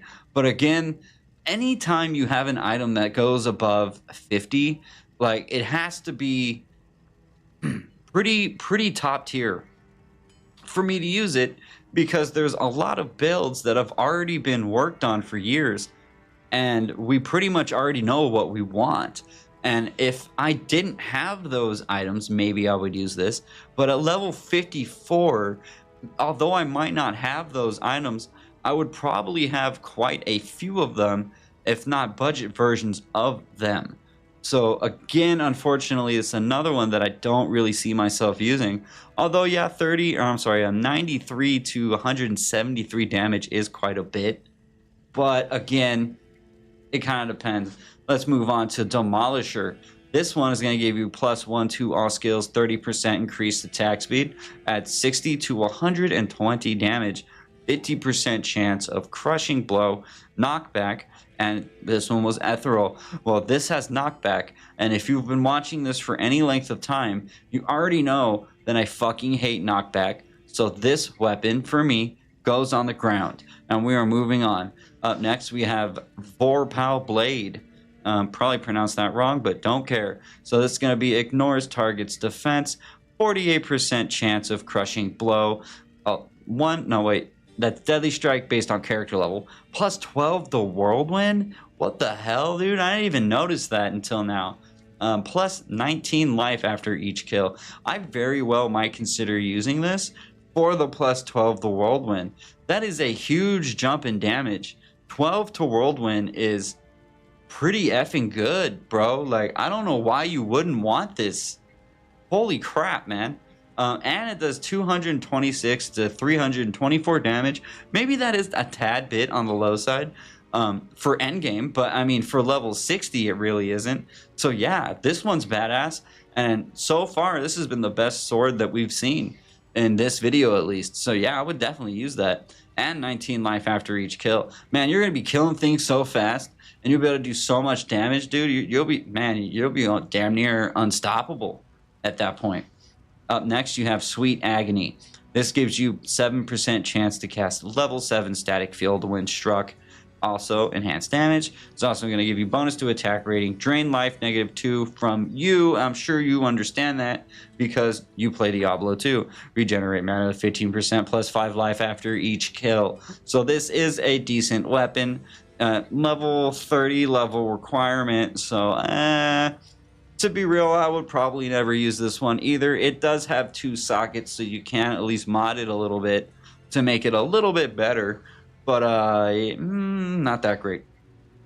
Let's move on to Right's Touch. So this gives you 25% chance to cast level 8 Weaken on striking, +2 to Necromancer skill levels, which sounds like a lot, but give me a second, I'm going to explain something here. You're also going to add 250 to 500 magic damage. Damn, actually I take back what I just said. Damn, that's a lot of damage to add on top. Because when it adds magic damage like that, it adds it on top of the physical damage. So you're actually doing even more fucking damage. Wow, this is pretty cool, actually. 50% life stolen per hit. 50% life stolen per hit. Wow. 10 to melee mastery. You know what? I take back everything I just said, because this is actually pretty fucking cool, man. I would totally use this. Nice. Yeah, this is a badass weapon. Even if it is a required level of 69, it's still a badass weapon. And I would use this one for sure. Yep. Moving on to wait a second. I'm sorry. And it has a socket in it. So you can make it even better too. Bro, imagine if you had like a skiller jewel or something like that, like a +1, that you get +3 to all skills and a one-handed sword and 50% life stolen per hit. Yeah, that's badass. I take it back. That's badass. Death of 1,000 cuts. You're going to get 30% increased attack speed, enhanced damage, 7% life stolen per hit, -11 the enemy lightning resistance. I'm pretty sure that can roll higher or lower. 100% chance of crushing blow based on character level. I meant to say 0, but you know what based on character level means. Also, chance of open wounds based on character level. +6 to blade shield. and lightning resistance. And this one is only required level of 38. So yes, I would use this on my barb. That'd probably be about it. But the negative to enemy lightning resistance is pretty cool. So it is a relatively top tier, low tier item. I think you understand what I'm trying to say. So up next we have Drakon. This is going to give you enhanced damage. It's also going to give you more damage. It's also going to give you hit blinds target +3. Now you also get 22 strength. I would probably like this better if it was +22 all attributes. Lightning resistance +27%. -3 to light radius. Not gonna lie, I don't really like this one that much. I don't think it's all that great. And if it was me, I probably would have made it +20 to all attributes as opposed to being +20 to strength. So moving on, we have Megalodon's Bite. This one right here is going to give you -16% to target defense. So go find this because you'll probably need it, especially in the new version of the game, except for the fact that it is a required level of 72, which is extremely high. Now you're also going to get 33% chance of crushing blow, 33% deadly strike. You're going to get strength and dex based on your character level, and regenerate mana of 25%. So although there are some cool things about this, that negative targets defense probably is not enough to get me to actually use this thing. So again, it would probably end up on the ground for me. Up next, we have Fiend Slayer. This is going to give you 20% increased attack speed. It's also going to give you 131% enhanced damage, 200% damage to demons, 200 to attack rating against demons, all resistances of 20, which is good, and 7 life after each demon kill. Now, at first, this might sound extremely underwhelming, but then when you realize that it's a required level of 13, you suddenly realize that you have found yourself a relatively god tier, low tier item that from anywhere of the ranges of level 13 and 30 are definitely going to be huge to you, and you might actually leave this on, especially if you're playing like a double swing barbarian or something like that. You would probably pick this up and not want to take it off because you might not find anything better for quite a while. Now, unless you find a specific rune word that you want and that you would actually go out and use, I would probably hold on to this. So if you find this, I'd say, yeah, use it for your low level character until you find something better. Up next, you got Bridge of Pain. It's going to give you 214% enhanced damage, adds 20 to 40 damage. It's going to give you 11% chance of crushing blow, 15% deadly strike. It's also going to give you 33% chance of open wounds and prevent monster heal. Now, this one is kind of like the last one, except the one issue with this one is it's a required level of 39. And by the time you hit 39, which I've said multiple times in this video, you better have something better. And if you don't, I don't know what you're doing, because you probably need to read a build guide or something, because you should have something better by that point. Now, it does have a socket in it. You can put some jewel in there, or maybe give yourself some magic find, but that's really the only potential I could really see there. Now up next, you have a Rabbit Slayer. This one is going to give you 25% faster run walk, which I love on a weapon, and I know I've said that already, so I'm sorry I'm repeating myself, but 50% increased attack speed, which is effing massive. The only issue with this, and I apologize to everybody here right now because I did use a corruption orb on this and I do not remember which one of those affixes were actually added through that corruption orb. I think it might have been the slain monsters, rest in peace, but I'm not 100%. Now this one does give you 22 all attributes, which, fuck yeah, I love it and I will take it. +5 to mana after each kill, repairs durability in 2 seconds, which is pretty fast. But that's probably because it's an elite item. It is a one-handed sword. I could see myself using this solely for the 50% increased attack speed. But then again, it really just depends on, you know, exactly what you have. Thank you for the follow, by the way. Hopefully you're not about to ask me to give you, or to give you my Discord so you can try to sell me your artwork, because I'm not into the Discord artwork thing.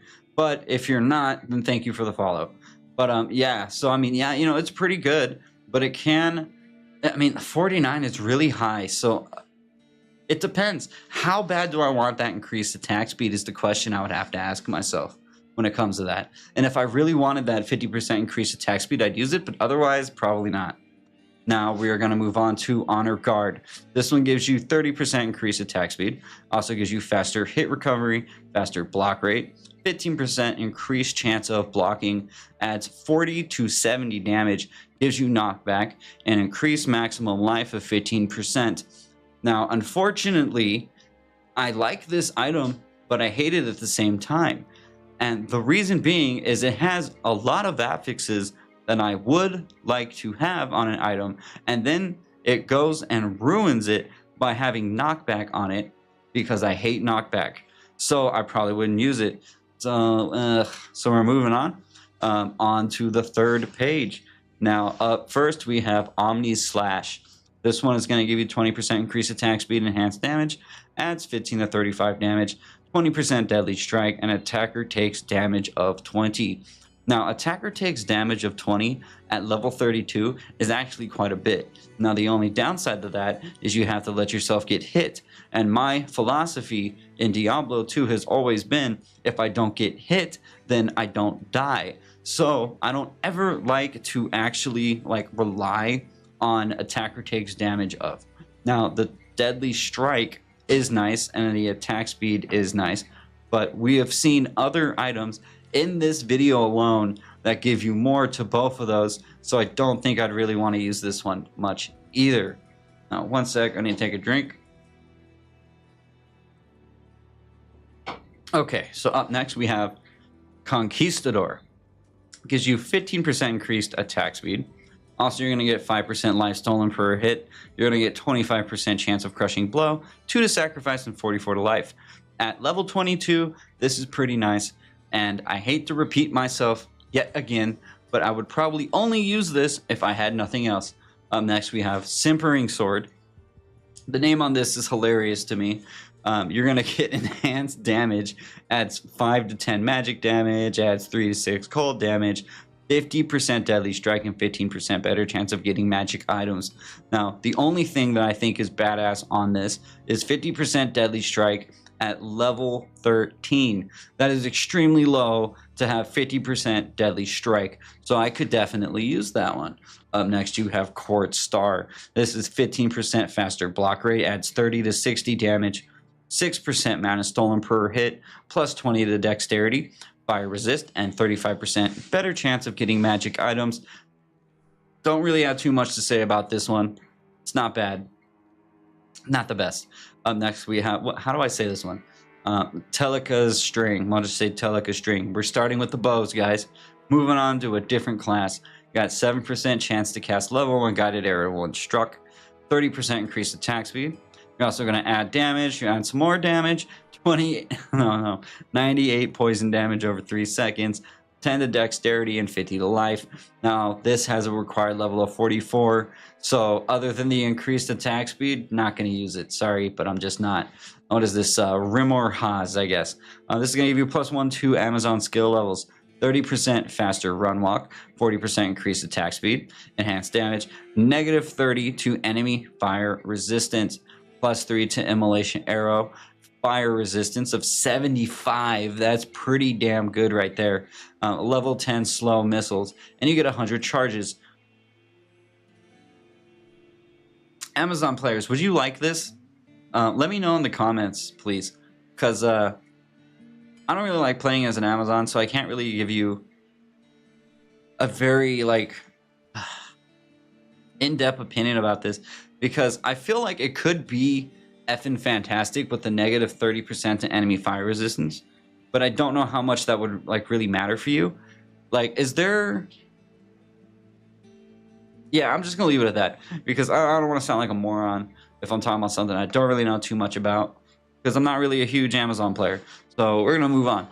Warp Wind. This one gives you 25% increased attack speed. It's also gonna add 3 to 15 damage, +6 to multi-shot, gives you knockback, and it's also gonna give you 35 to mana. And you guys already know, because it gives me knockback, that can go on the ground and I will never pick it back up ever again. Up next, we're gonna go with Silver Oak Bow. It's gonna add 32 to 55 damage, +200 to attack rating, 100% damage to demons, 100% damage to undead, plus 15 to strength, regenerate mana of 50%.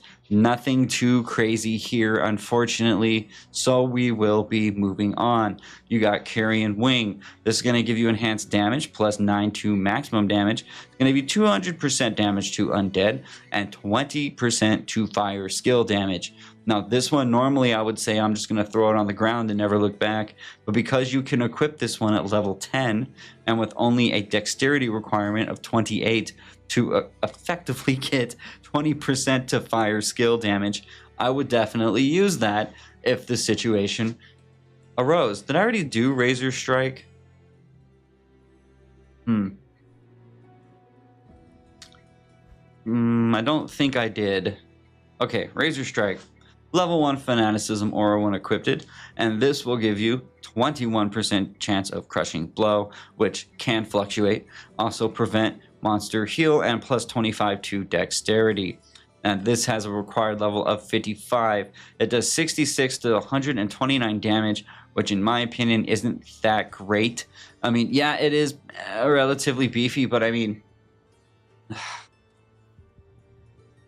look, this is almost there, and this one is exceptional, while this one's elite. So yeah, I mean, this one's exceptional also, and is going to be doing more damage. So yeah, it's not the best in the world. This is Widow's Refrain. This gives you 20% increased attack speed, adds 25 to 50 damage. Slain monsters rest in peace. 12% damage taken goes to mana. Level 8 fade and level 12 burst of speed. I would consider using this strictly for the level 12 burst of speed. Now we're just going to keep on going, man. We got Damsel of Destruction. This gives you plus 2 to bow and crossbow skills. Wow.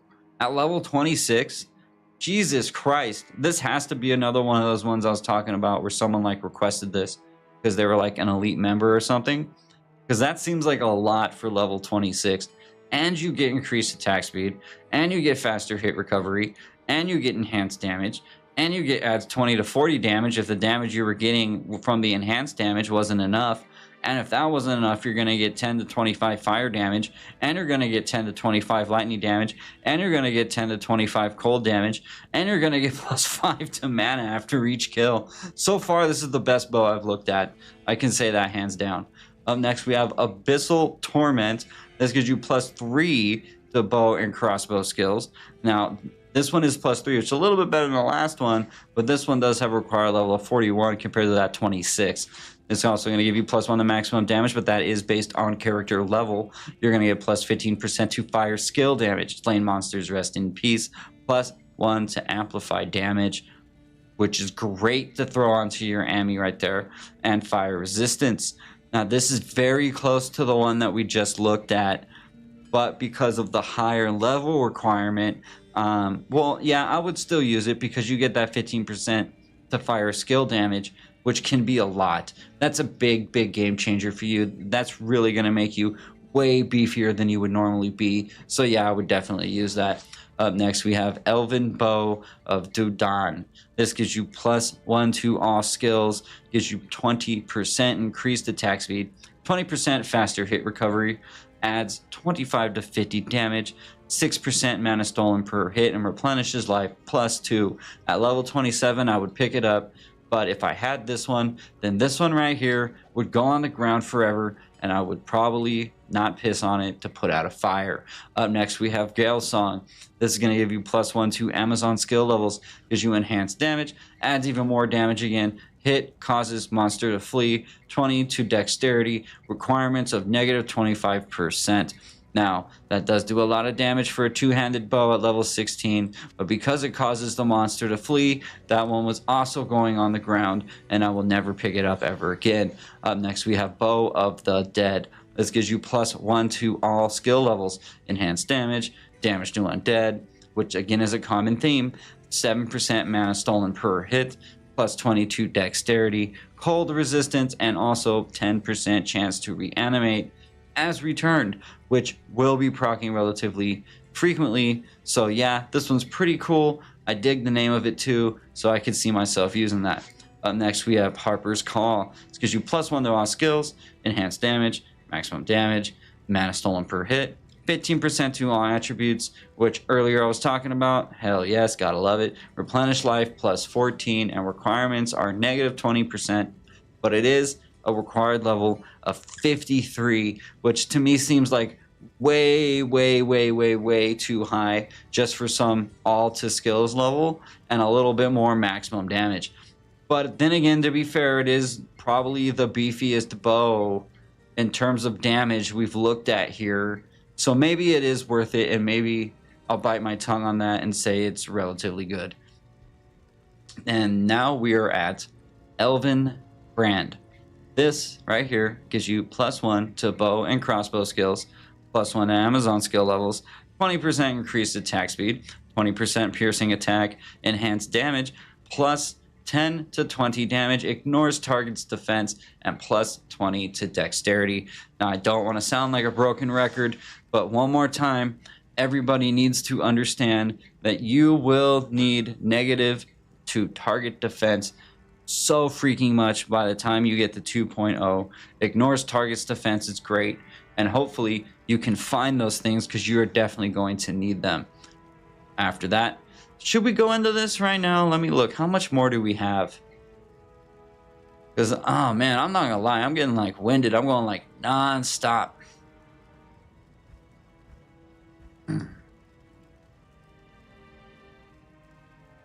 Need a second here, take a breath finally.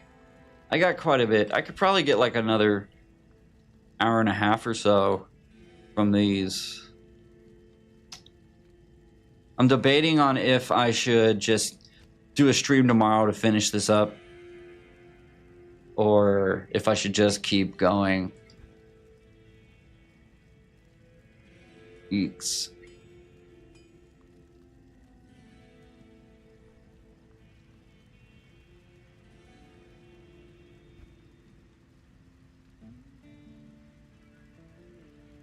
You know, let's go. Let's just do it. All right, yeah. Let's see if I can get it done. Armor of Gloom. This is going to give you a 7% chance to cast level 2 dim vision when struck.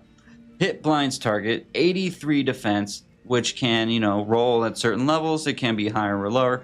Plus 10 to vitality, and poison resist of 35%.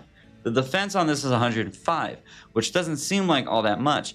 But when you consider the fact that you can put this on at level 15, I again can see myself using this at level 15 if that's all I had. An evil force. This is actually not called an evil force. Let me bring up the Discord. I asked about this earlier today. And we talked about this.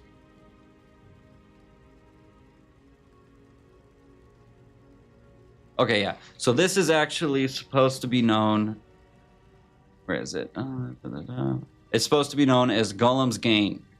And you can read all this right here. I can just paraphrase it for you real quick. So what they were telling me is that... Let me give a shout out to those guys, Bake It and Delgus. So what they were telling me is this evil force name up here is a string error, I guess. I don't know all the logistics of that. I'm not a coder or a programmer. But I guess anytime you see that in evil force right there, it can also show up in like your, you know, in the affixes too. I guess it's a code error. So this one actually isn't known as an evil force. What was it? It was known as Golem's Gain, I believe. So, but let's go ahead and talk about it. Gives you +5 to Blood Golem. Gives you +8 to Golem Mastery. Also enhanced defense, +25 to Strength. All resistances of +25. And level 30 Clay Golem. You only get 5 charges, which is a good move because you can require this at level... you can equip this at level 26. So yeah, you know, that's pretty nice. I kind of wish the +25 to strength thing was more like +25 to all attributes. I think I would like that a little bit more, but the all resistances is nice. And I mean, a defensive 402 at level 26, that's badass. Up next, we have Gemini Coat. This is a level 1 Might Aura when equipped. You get +1 to Amazon skill levels. You also get defense, then you get some more defense, and you get increased maximum durability of 25%. At level 12, this is nice, but by the time I get to level 27, I'm probably going to throw this down and never use it ever again. This is, so what is this, Celestial Revolution. Revelation. Sorry, guys. 20% faster cast rate, which you gotta love on an armor piece. Hell yeah. Oh man, look at this. 19% to fire skill damage, 19% to cold skill damage, 19% to 17% to poison damage, 17% to lightning damage, and enhanced defense. That's pretty badass. I actually really dig this one. Anybody who's using like an elemental, especially if you're using more than one element, this would be very good, very, very good for you. And you should probably go out and get it right now. Like literally stop watching this video and just go get it. Up next, you have Killing Blow. Plus 25 to maximum damage. You get plus 33 to deadly strike. Also, prevent monster heal. You get plus 2 to attract, knockback, and 171 enhanced defense, which can roll higher or lower, and all resistances of plus 15, but it has knockback. Fuck you, get out of my life. Up next, you have Scarab of Protection. Now with this one, you're going to get 15% faster block rate, also 111 defense, 40 to life, magic resist of plus 10, all resist of 16, damage reduced by 9. At level 17, this is God mode, and I would be thanking little baby Jesus if he actually gave me this before I hit level 17. Why? Because magic resist plus 10% and the all resistances, but specifically the magic resist, is pretty much unheard of for level 17. Hell yes, why would you not want this thing? Need a drink, 1 sec. Okay, let's keep on going. Now we have Drown Mesh. This is 10% to fire skill damage, enhanced defense, plus 10 to all attributes, plus 1 to life based on character level, 23% to all resistances, also requirements of negative 25%, and 46 to mana, but it has a requirement level of 44. That alone makes me not really want to use this thing. Yeah, sure, you get plus 10 to fire skill damage, but I guarantee you can find better. Up next, I was using this on my assassin, and this one is actually pretty cool. It doesn't seem like it's the best, but it really helped me out a lot. So I would actually recommend this one for an assassin. It's going to give you plus 1 to assassin skill levels, plus 15% to deadly strike, plus 1 to zeal. Actually was really cool to have on my assassin. Plus 3 to dragon tail, plus 4 to weapon block. Also the enhanced defense, and plus based on character level to vitality. So I really dug this one. It has a defense of 706, and in Nightmare that's a lot. So this really helped me out until I found something better. So I can recommend that for any assassin players out there. Now we have Nightcrawler.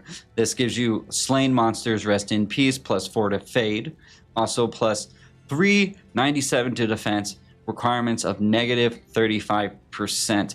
Now this one is okay, and at first glance you might look at it and be like, this is kind of dog shit, right? But the thing is because it has 4 sockets, you can actually pretty much customize this one. This is one of those uniques that I've talked about before that feel like they are kind of like a customize your own unique. And I actually dig these, and I wish we had more of these in Diablo 2 Reimagined, because I like the idea of pretty much being able to create your own unique, much like in Median XL, right? Or even Diablo 4 to an extent. I don't want to praise D4, but even D4 to an extent is pretty cool with that, because you can customize with imprints and all that stuff. So yeah, it's pretty good, depending on what kind of jewels you have. If you have the right jewels, this can be godlike, but if you don't, then it's really not that cool. Another thing that's cool about this, if I remember correctly, when you put it on, your character fades, so you're like translucent when you're wearing it. So if you're somebody that actually cares about like the cosmetic aspect of a item, then maybe you would like that one. Now we have Wormbane. This gives you plus 1 to all skills, 25% faster hit recovery, 65% damage to demons, also plus 245 to defense, 25 to dex, and damage reduced by 10%. Now the defense on this is massive, right? It gives you, what is that, 1498 is what I have on this one. But I can't see myself actually using this on my character. But what I would recommend this for is your mercenary. I had this on my mercenary for a time before I could actually find something that was better that had some life leech for him. And this was helping him out a lot. So I would definitely say you might want to consider just throwing this on your mercenary, especially if obviously you don't have anything that's better than that. 1 second again. Apologize. All right, so let's go ahead and move on. Now we are going to start up the boots. So first up, we only have 2 boots, so this shouldn't take that long. Dark Familiar. This gives you +1 to curses, necromancer only, +5 to kick damage.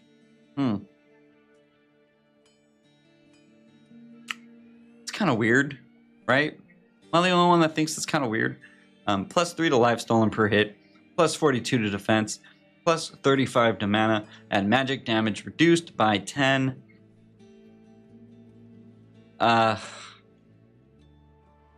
This is Dawn Scion. You're gonna get +1 to defensive auras, 15% faster hit recovery, +36 defense, +9 to strength, +2% to experience gained, 30% better chance of getting magic items, which I love, and +1 to light radius. You can put this on at level 30. It's okay. Not the best. At least you get that +1 to defensive auras on it, though. That's kind of cool. Yeah, let's go ahead and move on to the belts. So now we have Blood Rune. This gives you +24 defense, replenish life of +4, cold resist, lightning resist, fire resist, poison resist. Yeah, it's okay. I mean, level 8, that's pretty badass. This is basically prismatic gauntlets in a belt. That's what I would say this is. So it would be it would really be good to pair this one with prismatic gauntlets. I mean, especially at that low of a level. So I guess I can't really complain. Up next, we have Xenophobe. Gives you 10% chance to cast level 3 terror on striking, +1 to curses, 20% enhanced damage, +3 to terror, plus 119% enhanced defense, defense again, defense, all resistance, defense, and then +5 damage taken goes to mana. But with it being a required level of 56, can't really recommend it. Although it is a belt, so I mean it is cool to have that stuff on a belt. The +3 to terror on a belt is pretty badass. So maybe I would reconsider and actually use it on my Necro. Now we have we have Ratman's Rope. This is going to give you 10% faster cast rate on a belt. Nice. I will definitely take faster cast on a belt for sure. Damage to demons. This is going to give you 18% defense. It's also going to give you 5 to dexterity. It's going to give you 35 to mana and lightning resist of 29%. Now you can put this on at level 15, and that's probably the only time I would put it on is at a very, very low level.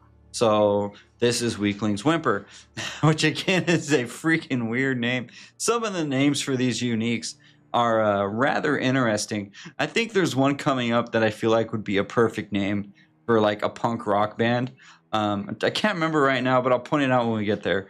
We got 20% chance to cast level 1 Weaken when struck, also enhanced defense. You get 20 to strength, fire resist, poison resist, level 25 Weaken. Now, you only get 15 charges, and I'm assuming that they had to make it that low because level 25 Weaken is pretty powerful. Now, if you are level 40, that's great. Hell, man, if you're level 90, that's great. But with only 15 charges, like, you're only going to be able to cast it, well, obviously 15 times, but only a few mobs, right? Like, you would have to be going back to town or recharging this thing all the time, and it would probably get annoying as fuck. And I could definitely see people just not using it because how annoying it would be to keep the charges up. You know, but other than that, it's actually overpowered in a way. But again, you know, it all depends on if you're willing to deal with the annoyingness just to keep the level 20 Weaken, you know? Level 20 Weaken, right? No, level 25 Weaken. All right, so we're gonna F it. We're going to pole arms. So this is Rebuker, gives you enhanced damage, also hit blinds target, slow target by 20% knockback. And as we've already learned throughout this entire video, I don't care that it slows the target by 20%, although that will help with the knockback at least. But I would just prefer that they never get knocked back to begin with, so I don't have to chase them. Get on the ground and never come back, please. Survival Instinct. This gives you 20% faster run walk, 25% increased attack speed, 30% faster hit recovery, enhanced damage, adds even more damage in terms of cold damage, magic resistance plus 23, which is freaking huge, and damage resistance of, no, sorry, damage reduced, oh crap, by 17%. But it is a two-hander, so I mean, I would love to use it, but it is a two-hander, so I guess it depends on if you have something better. But this is pretty nice, so I can see people using that one. Up next, we're gonna have what is that? Harbor Master's Victory. This one's gonna give you +1 to all skills. Also gonna get 40% to increased attack speed. You're gonna get 107 enhanced damage, 1 to maximum damage based on character level. Also adds 50 to 100 damage. This one comes with 2 sockets, so you can actually make this thing even better.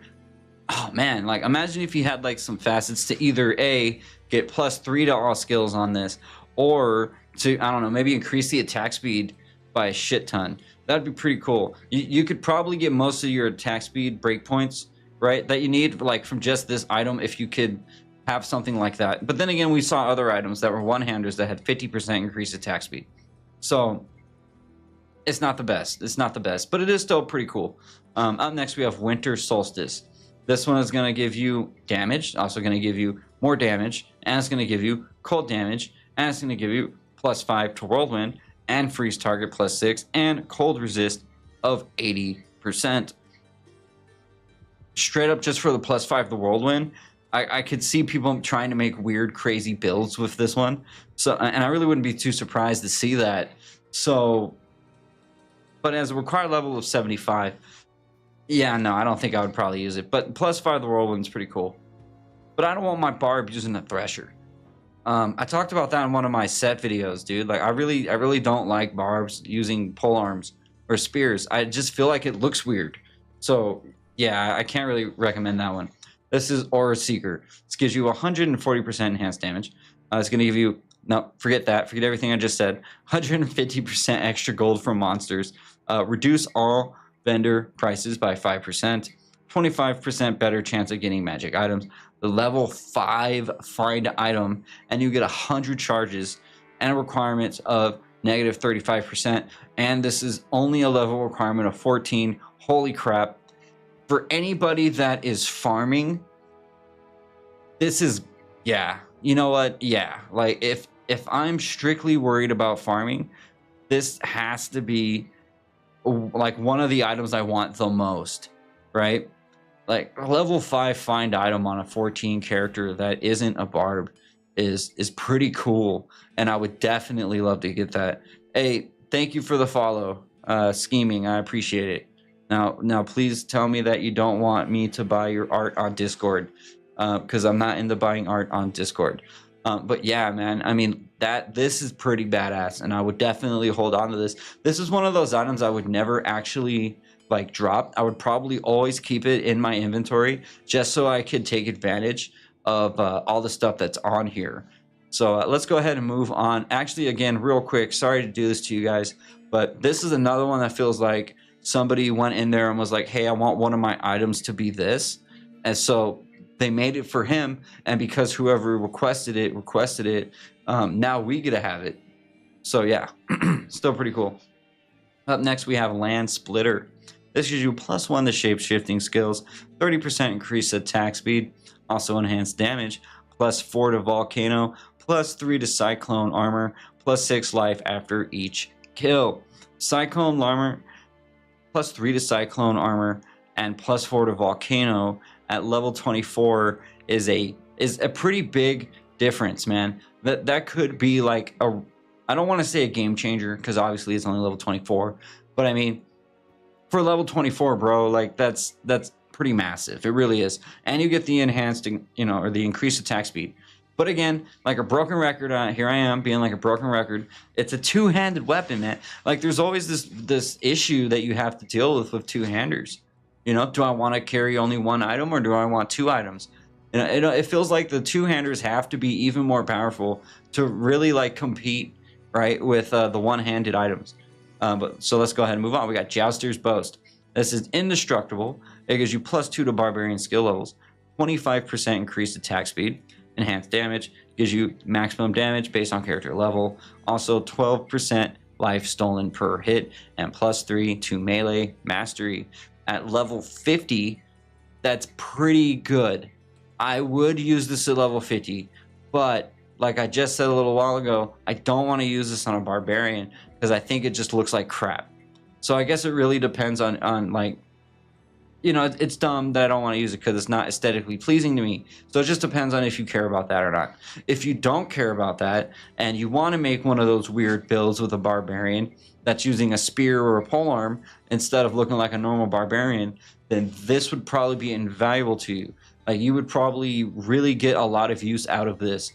So I would recommend it for those people, but anybody else, it could go on the ground with all of our knockback things that we already threw on the ground. Up next, we have Wood Claw. It's going to give you 30% increased attack speed, enhanced damage, adds 10 to 40 damage, and 8% to experience gained. The only thing cool about this one is the requirement level of 30 and the fact that you get 5 sockets. Now, once you get good jewels to put into this, it has potential to be great, right? I mean, look, it's already doing 50 to 221 damage. So this right here is actually a perfect example of what I was talking about with things needing to be like two-handed items needing to be like really tanky, right? To compete with one-handed items. Now, if this didn't have those sockets right there, it wouldn't be that great. It wouldn't really be all that good. But with those sockets, that changes everything, you know, because now this will take forever and you will obviously be probably level 99 before you ever find this. But if say you're playing, I don't know, lightning source like I play as, right? And you just happen to find 5 jewels that all have +1 to skills on it. Now all of a sudden this thing becomes god tier, right? Because you got +1 to skills and everything else on this, right? So I mean, as it is right there, it doesn't look like it's even better than a rare, right? But if you can find the perfect jewels for it, then you can customize this and make this something that is effing incredible. So let's go ahead and move on. 1 sec, need a drink again. Oh, goddamn, I'm trying to get through these. Once I finish this, I will have discussed, how much was it? Over 250 of the uniques in Diablo 2 Reimagined. What's crazy about that is I have over 750 more to go, bro. Like that is actually why I like this mod, and that is why I think Diablo 2 Reimagined is one of the better mods out there. Now, a lot of people will say that, yeah, sure, you get a bunch of items, but like a lot of them aren't that great, you know, or things like that. But I think a lot of people are sleeping on the fact that this can open up possibilities to creating new builds that we haven't seen before. And I'm kind of feeling like maybe I should actually try, right, to make some crazy ass builds. It's just, you know, I work, so I don't really have a lot of time to do it, which is kind of why I haven't been able to keep up on top of this crap anyways, right? But, you know, enough of that. Just saying, D2R Reimagined's insane. I can't believe I've talked about this many freaking uniques, and I'm still here talking about more. So we got Zealot's Branch. This gives you 20% increased attack speed, enhanced damage, +3 to Zeal at level 12, man. Zeal at level 12, 3. Damn. +10 to Strength, +10 to Vitality, and Poison Resistance. For that +3 to Zeal alone at level 12, I would totally put this on at level 12. 1 second. Need a cough.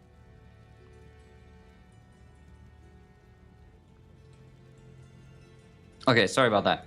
All right, so up next we have Ice Muffet, I think. I think that's how I'll pronounce that. Or we could just say it's Ice Muffet. Ice Muppet, huh? Something like that. So this one is going to add 255 to 400 cold damage, plus 1 to whirlwind. But again, it's a spear. Freezes target, also cold resist, fire resist. I'm not going to repeat everything I just said about spears and polearms with a barbarian. You guys understand. That's exactly how I feel about this one. Only thing that's cool about this is how much damage it does. Plus, you get the 255 and 400 cold damage on top of your 112 to 383 physical damage, which is a trait that we recognize from like grief, right? Which actually does make this pretty good, but I don't want to use it on my barbarian. No, thank you. So up next we have Hawkfire. And that is going to give you +1 to Amazon skill levels, 25% increased attack speed. You get that enhanced damage. You get adds 5 to 18 fire damage and 35 to life and fire resistance at 35%. All in all, not that great, but it is nice to get +1 to Amazon skill levels at level 14. After that, we have Silver Dawn, gives you +2 to passive and magic skills. Also +1 to Amazon skill levels.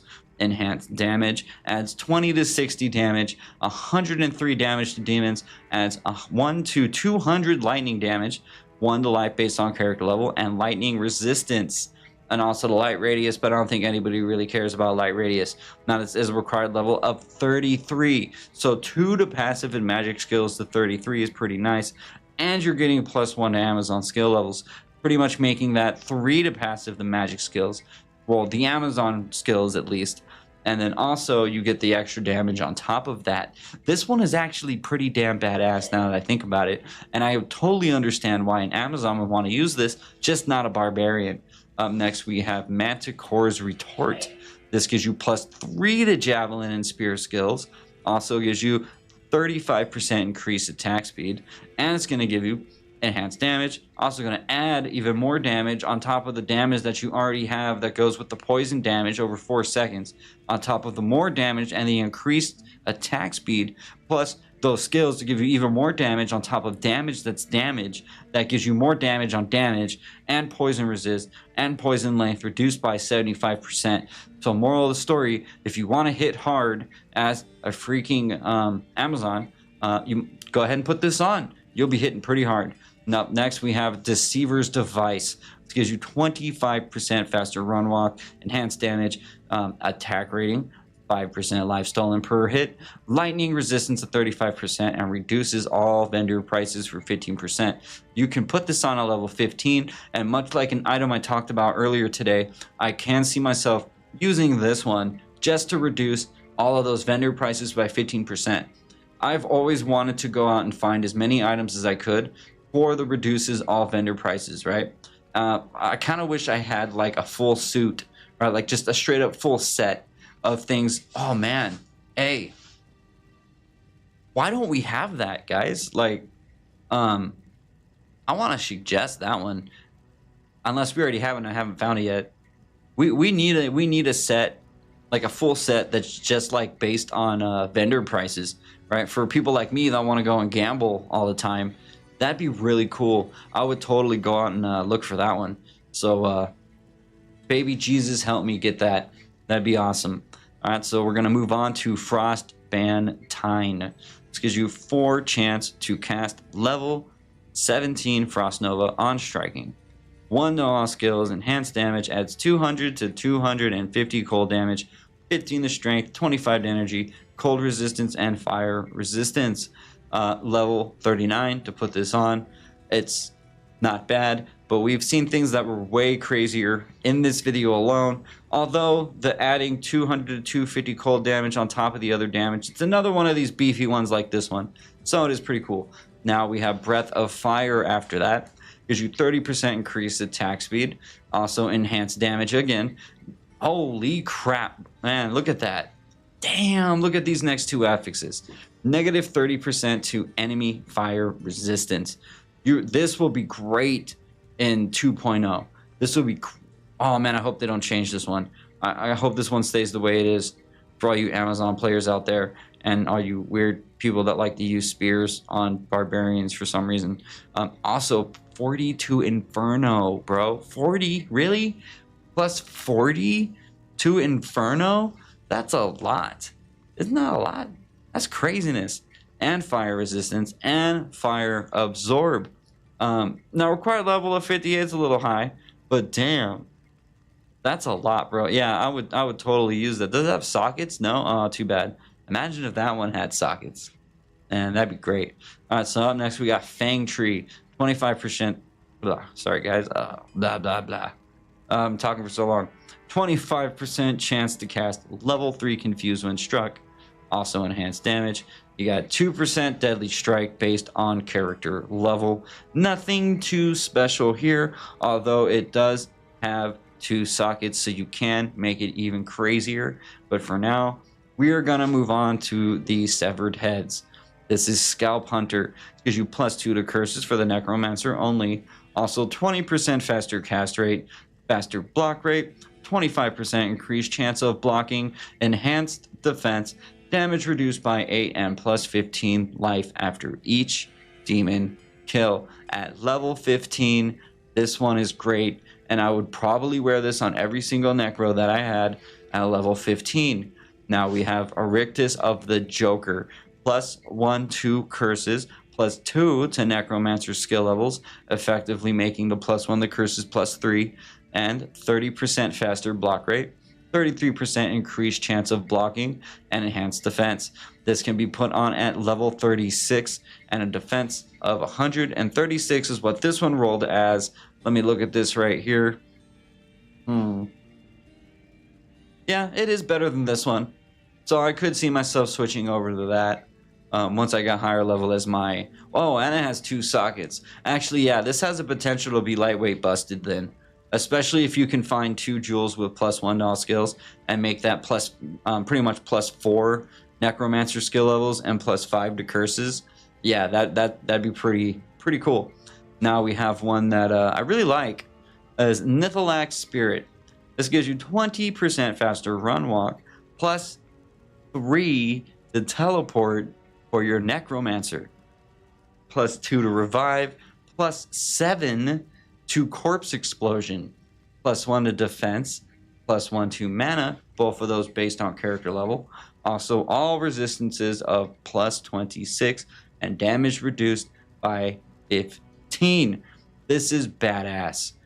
This is so badass. And you could totally get this and not even have to worry about making Enigma. So I don't know why you wouldn't want this, man. And if anybody tells me that this thing sucks and they wouldn't want it, I'm calling you a liar, man, because this is freaking great and I would totally use it. Up next we have Sinister Smile, +1 to Necromancer skill levels, 25% faster hit recovery, 25% faster block rate, also 66% enhanced defense, 52 life, lightning resistance, and fire resistance. All in all, compared to what we just looked at, this is trash. Up next, what is this? Chirosuruko. Let's just say that's what it is. Visage. +2 to poison and bone skills. Ooh, I dig that because I like to be a poison necro. 20% increased attack speed. 25% faster cast rate. Hell yeah. 30% increased chance of blocking. Adds damage, +68 to poison damage over 7 seconds, 35% chance of crushing blow, and 80% enhanced defense. I would 100% be using this on my Poison Nova Necromancer, and for early game from my Poison Dagger Necro. And I wish I could save this and bring it on to Diablo or D2RR 2.0 because I want to use that. That's really good. I really dig that one. That one's badass. Up next is Death Witness. It gives you +1 to Necromancer skill levels, 25% faster run walk, faster cast rate of 15%, 18% increased chance of blocking. Also, going to give you 48% enhanced defense, 19 defense, and poison resistance of +35%. This one is also very badass, except not really. I mean, it's okay. I don't know why I said it was very badass when I shouldn't have said that. Oops, edit that out. Magic edit out, I guess. Required level of 9, though. Oh, yeah. So, see, it's not that bad. Not the worst, but it's not that bad. Up next, we have Goblin Grin, which is kind of weird. Didn't we have one that was like a smiling one just a second ago? You have a sinister smile and a goblin grin. Interesting. 15% faster cast rate, 20% faster block rate, 15% chance of blocking. Oh, increased chance of blocking. +1 to raise skeleton. Also +1 to skeleton mastery. 40% enhanced defense. You can put this on at level 4, and that's good because if it wasn't level 4, I probably wouldn't care about it and probably wouldn't be using it. But at level 4, yeah, that's sick. All right, so those are done. Let's talk about some daggers, huh?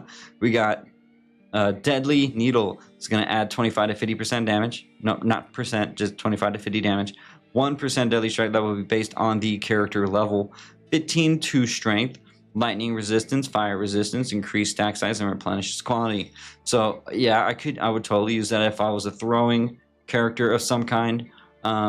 Yeah, I'm just gonna move on because I'm never play as a throw character, so I don't really have too much to say about that. This is Tidrix in what is that? Initator. Oh man, level 4 blessed aim aura when equipped. 25% increased attack speed. Slows target by 20%. 15 to strength increase, blah, blah, blah. You guys can read that. Again, I don't really play as a throw character that much, so I don't want to comment too much on that. The blessed aim aura is really nice now that I look at it, so I do see why people would want to use that. Up next, we have Fall of Mithranor. This is going to be 35% faster cast rate, but it is level 62. So there are things that you can get other than this at that level to give you even like more faster cast rate. So I don't know if it's really all that great, but that does seem pretty high to me, at least. I will say that. 50% faster block rate. You also have 63% increased chance of blocking, adds 40 to 75 damage, drain life -15. That's your life. So you know what? Fuck this item. Increases maximum mana 25%. None of this here is worth the drain life of 15 to me. I would throw this on the ground and not use it. We got Zen Killer up next. Which is going to give you 15% to poison skill damage. I would totally use that with my poison dagger necro because it's a required level of 22. It's like having like a miniature Death's Web, right? Before actually having access to Death's Web. So I mean, this would work for your poison nova necro too. Yeah, that must have been why I held on to it. Kind of sad that I'm not going to be able to use it now. But yeah, it also gives you +3 to sacrifice, slows target by 20%, fire resistance of 24%, and it has 2 sockets in it, so you can actually make this even more badass. Again, if you had 2 jewels with +1 to skills, then imagine this with having +1 to skills on there too, especially if you're not actually stabbing things and you're just using it as a poison nova necro. That's pretty good. Now we have Thought Splinter. This is +1 to cold skills, +2 to lightning skills, +2 to fire skills, +1 to energy based on your character level, +5 to life after each kill, and 5 to experience gained. Don't really have all that much to say about this. I like the plus to the lightning skills at level 22. I would use it on like an early game Nova source. Probably just for like static field and what was it, static charge or whatever. Yeah, it would be good for that. So, I mean, obviously not in the late game or even really mid game, but yeah, I would use it at level, probably around level 47 or so. It's pretty good. Yeah, so up next we have Murdering Shard. This gives you +2 to sorcerer skill levels. Also, 40% increased attack speed. But if you're a sorceress, that doesn't really matter all that much. Unless, I don't know, you're a melee sorcerer, maybe enchant, I guess. Other than that, I don't really know why. I've never really understood why they put increased attack speed for sorcerer's characters, right? Because that doesn't really help you all that much. It adds 15% to 30 damage, 100% mana stolen per hit. Well, that one makes a little more sense. Slows target by 35% and 13 life after each kill. Actually, yeah, not gonna lie, that 100% mana stolen per hit just shut me up. because it makes a little more sense to me now. Because you can, what you do is, right, you use this, and then when you're out of mana, that's when you hit a bunch of things to get your mana back up, right? And then once you have the mana back up, then you just go back to using your ability that you probably just used a bunch of times to lose the mana in the first place. So I take that back, and this one's actually pretty cool. And yeah, I would totally use that then. Skeleton Claw. This is going to give you +1 to all skills, 20% increased attack speed, adds 18 to 58 damage, 10% life stolen per hit, +5 to skeleton mastery, +62 to life. You get better chance of getting magic items at 29% and damage to undead, which is the affix we easily have seen the most in this video. At level 33, it's pretty good, but as we have already seen, there are better items you can use, so I don't really think this is the best in the world. Up next, we have Apocalypse Fire. I like this one a lot, actually, because the fire source is one source that is sorely needing the most change and work. And again, shout out to Delgus. I believe he is the one actually doing that.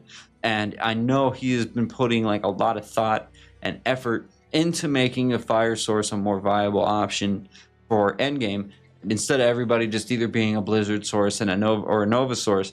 So this one is really cool. This gives you +1 to all skills. Also gives you 25% faster cast rate. All resistances of +65. And this is only at level 39, guys. And then also it's going to give you 10% to experience gained. And then check this out. Level 30 Volcano. Level 30 Firestorm. Level 30 Hydra. And level 30 Firewall. Plan, you know, the usual 50 damage to undead. I don't know about anyone else, but this one literally feels to me like you could find this and not even need to use your skill points, really. You know, as long as you could keep like adding charges to this, like you don't even need to use your skill points, man. Like, and then imagine how much more powerful you would be with your skill points. Like, that is effing nuts, dude. Level 30 Firewall at level 39. Like look at this, man. Why would you not love this item right here? I would keep this till the end of time if I could, and would actually seriously consider actually making a fire source if I had this thing. So yeah, this gets a thumbs up. This is one of the best items that we have actually talked about in this video, hands down. So let's move on though. We got Ruby Dawn. This one is going to give you +2 to Necromancer skill levels. Also, you don't even have to, sorry guys, you don't even have to use this with a sorceress, man. You can use this with like any other character and just be like a makeshift fire source with any other character. I'm sorry I'm gushing about this, but this one is really good. I really dig that. All right, so we got Ruby Dawn. And this is going to give you +2 to Necromancer skill levels, 20% faster cast rate, +5 to Fire Mastery, +8 to Fireball, 3 to Summon Resist, 2 to Blood Golem, 4 to Corpse Explosion, increased maximum mana of 15%, and 50% damage to undead. Now, you had to be level 42 to use this, but with all of those pluses right there, I think any summon Necro would love their life if they actually found this thing. So go find it so you can love your life to all the summon Necros out there. Up next, we have Unseeing Eye. This gives you +1 to all skills, 20% faster cast rate. Also, defense gives you 45 to mana, 6 to mana after each kill, 13% damage taken goes to mana, and 10 to experience gained. This is a Jared Stone. Not that that really matters. I will use it if I'm level 26 and I have nothing better, and it is relatively good, but after all the crazy crap that we've seen in this video, it just doesn't compare to some of the other stuff that we've already gone over. Up next, we have Staff of Shadows. Gives you 11% chance to cast level 2 Dim Vision Windstruck, +1 to all skills, 20% faster cast rate, 3 to Inferno, 6 to Warmth. Holy crap, dude. That's a lot.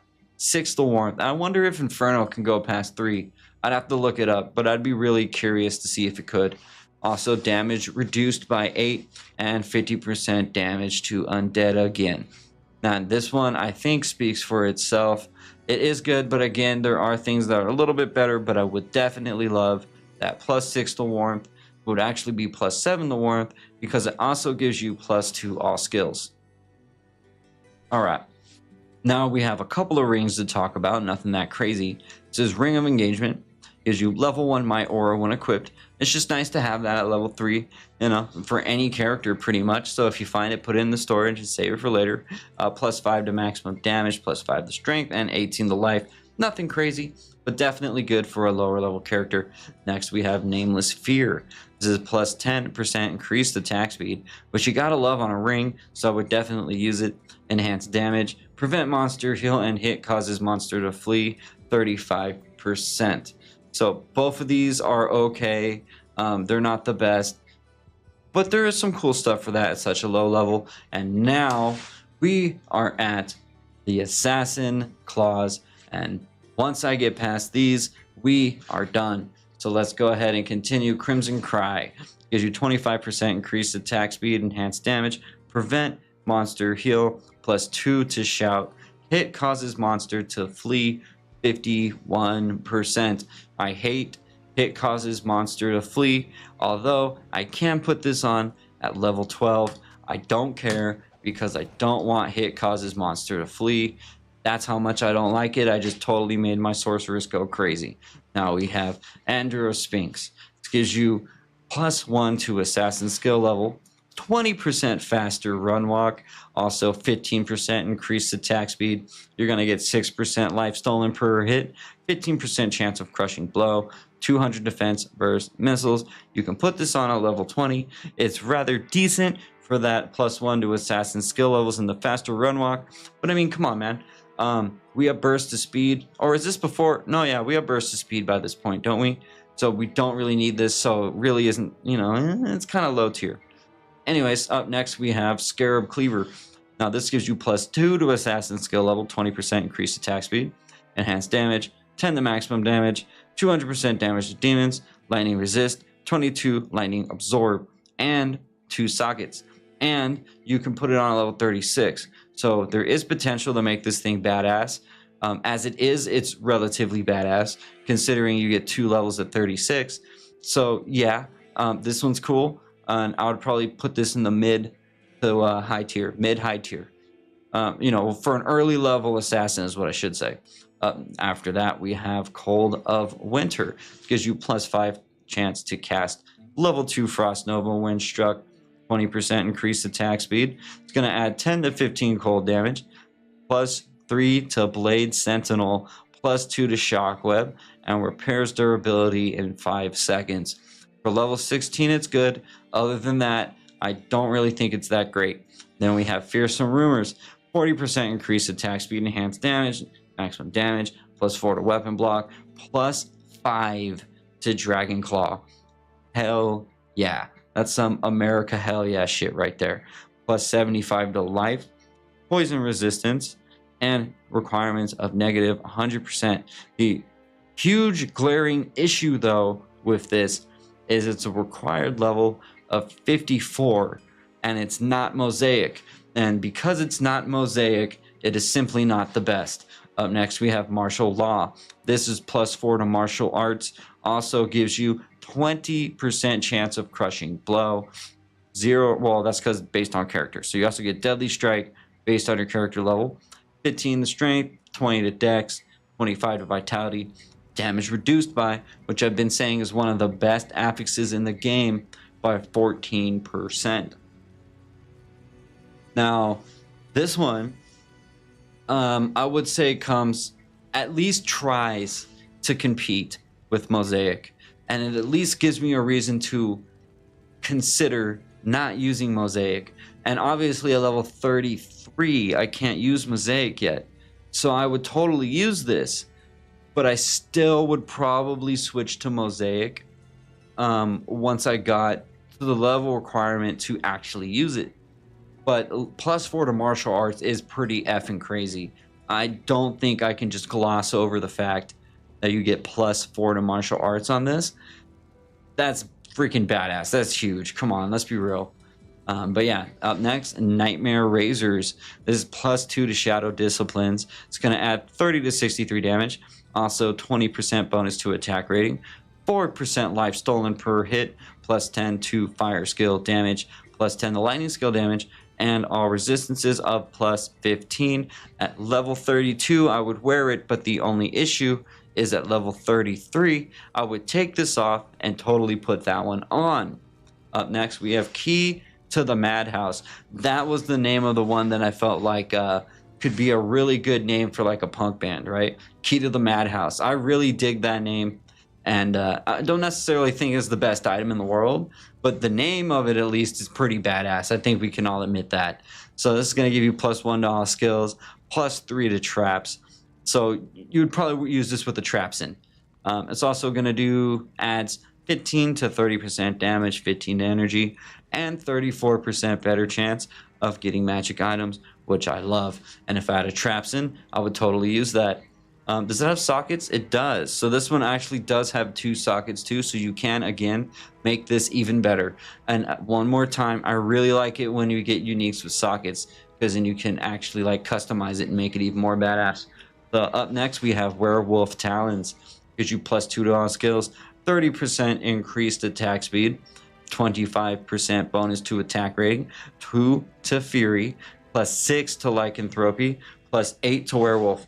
That is effing insane, bro. What the hell? And you can put it on at level 40. What the? Wow, man. Imagine like the weird, crazy builds you can make with this one. I mean, I guess you could use it on your Druid, but like... Oh, wait, no, you can't. It's Assassin only. So your Assassin gets Lycanthropy and Werewolf. This thing is fucking sweet. Oh, man. Oh, I want to say I would definitely keep it, but once 2.0 gets here, my saves are gone. I mean, yeah, I could keep it and just like experiment with it, but that would be a really cool way to make a nice shape-shifting build for the Assassin. That's something I've never thought about before, and I really dig this item, and it has the 2 sockets, so you can make it even better. Yeah, this was a 10 out of 10 for me. That's fucking cool, man. That's really cool. Also, sorry, I got like the wheels going on in my head. I'm assuming all skills would have... Would it though? Would all skills affect the Lycanthropy and the Werewolf? Because it's not normally an assassin skill, so I'm not sure. I think it probably wouldn't. But if it did, then you can make it even crazier build like that. But I'm not sure. So let's just keep going. Next, you got Corpse Flyer. This is +3 to Shadow Disciplines, +1 to Assassin skill levels, +44 to attack rating. Also damage to undead, 250%, 22% deadly strike, and 10% reanimate as ghoul. And that will definitely be proccing quite a bit. And +3 to Shadow Disciplines at level 29. And you get +1 to Assassin skill levels, effectively making a +4 to Shadow Disciplines. Is a little overpowered. And imagine wearing this one and this one at the same time before you got Mosaic, and dual wielding those. So what is that, like martial arts, that's +3 to martial arts right here. This one's +4, so 4, 5, 6, 7, and then you got this one again over here, 8, 9. Bro, if you put this one right here and this one right here, you've just gotten +9 to martial arts. Damn. Is that right? Yeah, 3. Yeah, 4, 5, 6, 7. Yeah. 8, 9. Yeah, you just gave yourself +8 to martial arts. The only downside is this one is level 55 requirement, which, I mean, again, Mosaic is a thing, and it's fucking incredible. And if you've never had Mosaic, what the hell are you doing? But yeah, that's pretty badass. Did I go over the rest of it? I better just go through it again really quick, because I'm not sure if I did go over the rest of it. Faster block rate, 24% increased chance of blocking, deadly strike 51%, 40% chance of getting better magic items, and then based on character level, better chance of getting magic items. Whoa. So you get 40% better chance of magic items, and you get based on character level magic item. Damn, this thing's badass. Yeah, this one is badass, dude. I like how they're adding these claws into the game that at least give me pause, right? That at least make me wonder if I want to use Mosaic, even though the answer is yes. I do want to use Mosaic because it's the most busted weapon in the game. It should probably be removed. Yeah, at least they are doing things like this. You know, +9 to martial arts, and to be able to get even more magic find.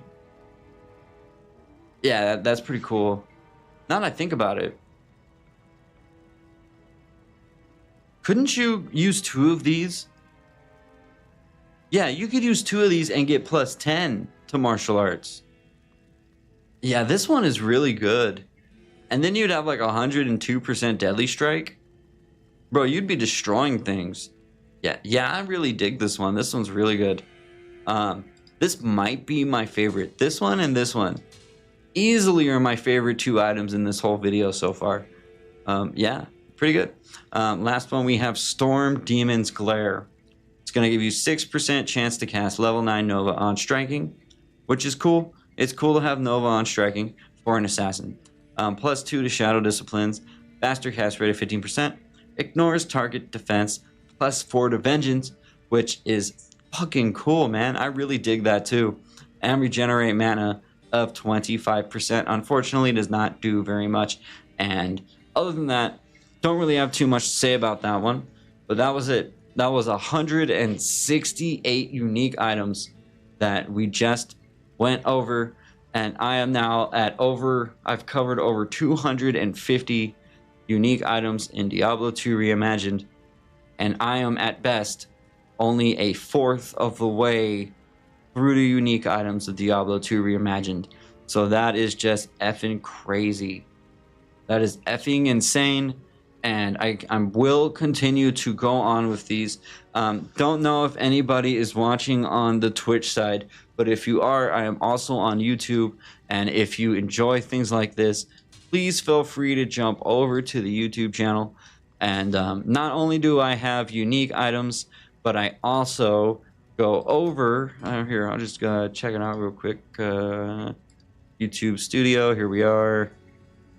I know there's nobody really watching it, no one really cares about that, but I'm trying to, you know, put out my channel because I'm trying to get more subs. Yay, I actually did get 1 sub. I fucking love my life. Thank God. Anybody who that was, thank you. So yeah, anyways, I also do patch note videos for Diablo 2 Reimagined. So if that's something you're interested in, to talk about the rune words, I have a cube crafting recipe guide, all kinds of things like that. So please feel free to mosey on over to YouTube if you are interested, and subscribe for more content. And anybody here from the YouTube side, I love you guys. Thank you for always being here and being supportive of everything I do here at the channel.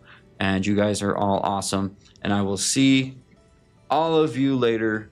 And anyone watching this in the future, please like and subscribe. I'd very much appreciate it. My voice is all hoarse now because I just literally talked for like 3.5 hours straight, pretty much. So everybody have a great night. I had a lot of fun. Hope you did. And hopefully you learned a few new things and found a couple of items that you might actually want to use when 2.0 comes out. Everybody take it easy. And shout out to the Scotty Discord over here. If you want to become a supporter, right, you can go over to the I'll try to leave a link for you guys in the description somewhere, the Scotty Knows Mods Discord server. Or you could just go to Diablo2Reimagined.com or even on Nexus Mods, and it will actually refer you over to the Discord. Do that. Go to Nexus Mods. It'll refer you to Discord, and then you can get into there, and you can talk to people that also love Diablo 2 Reimagined.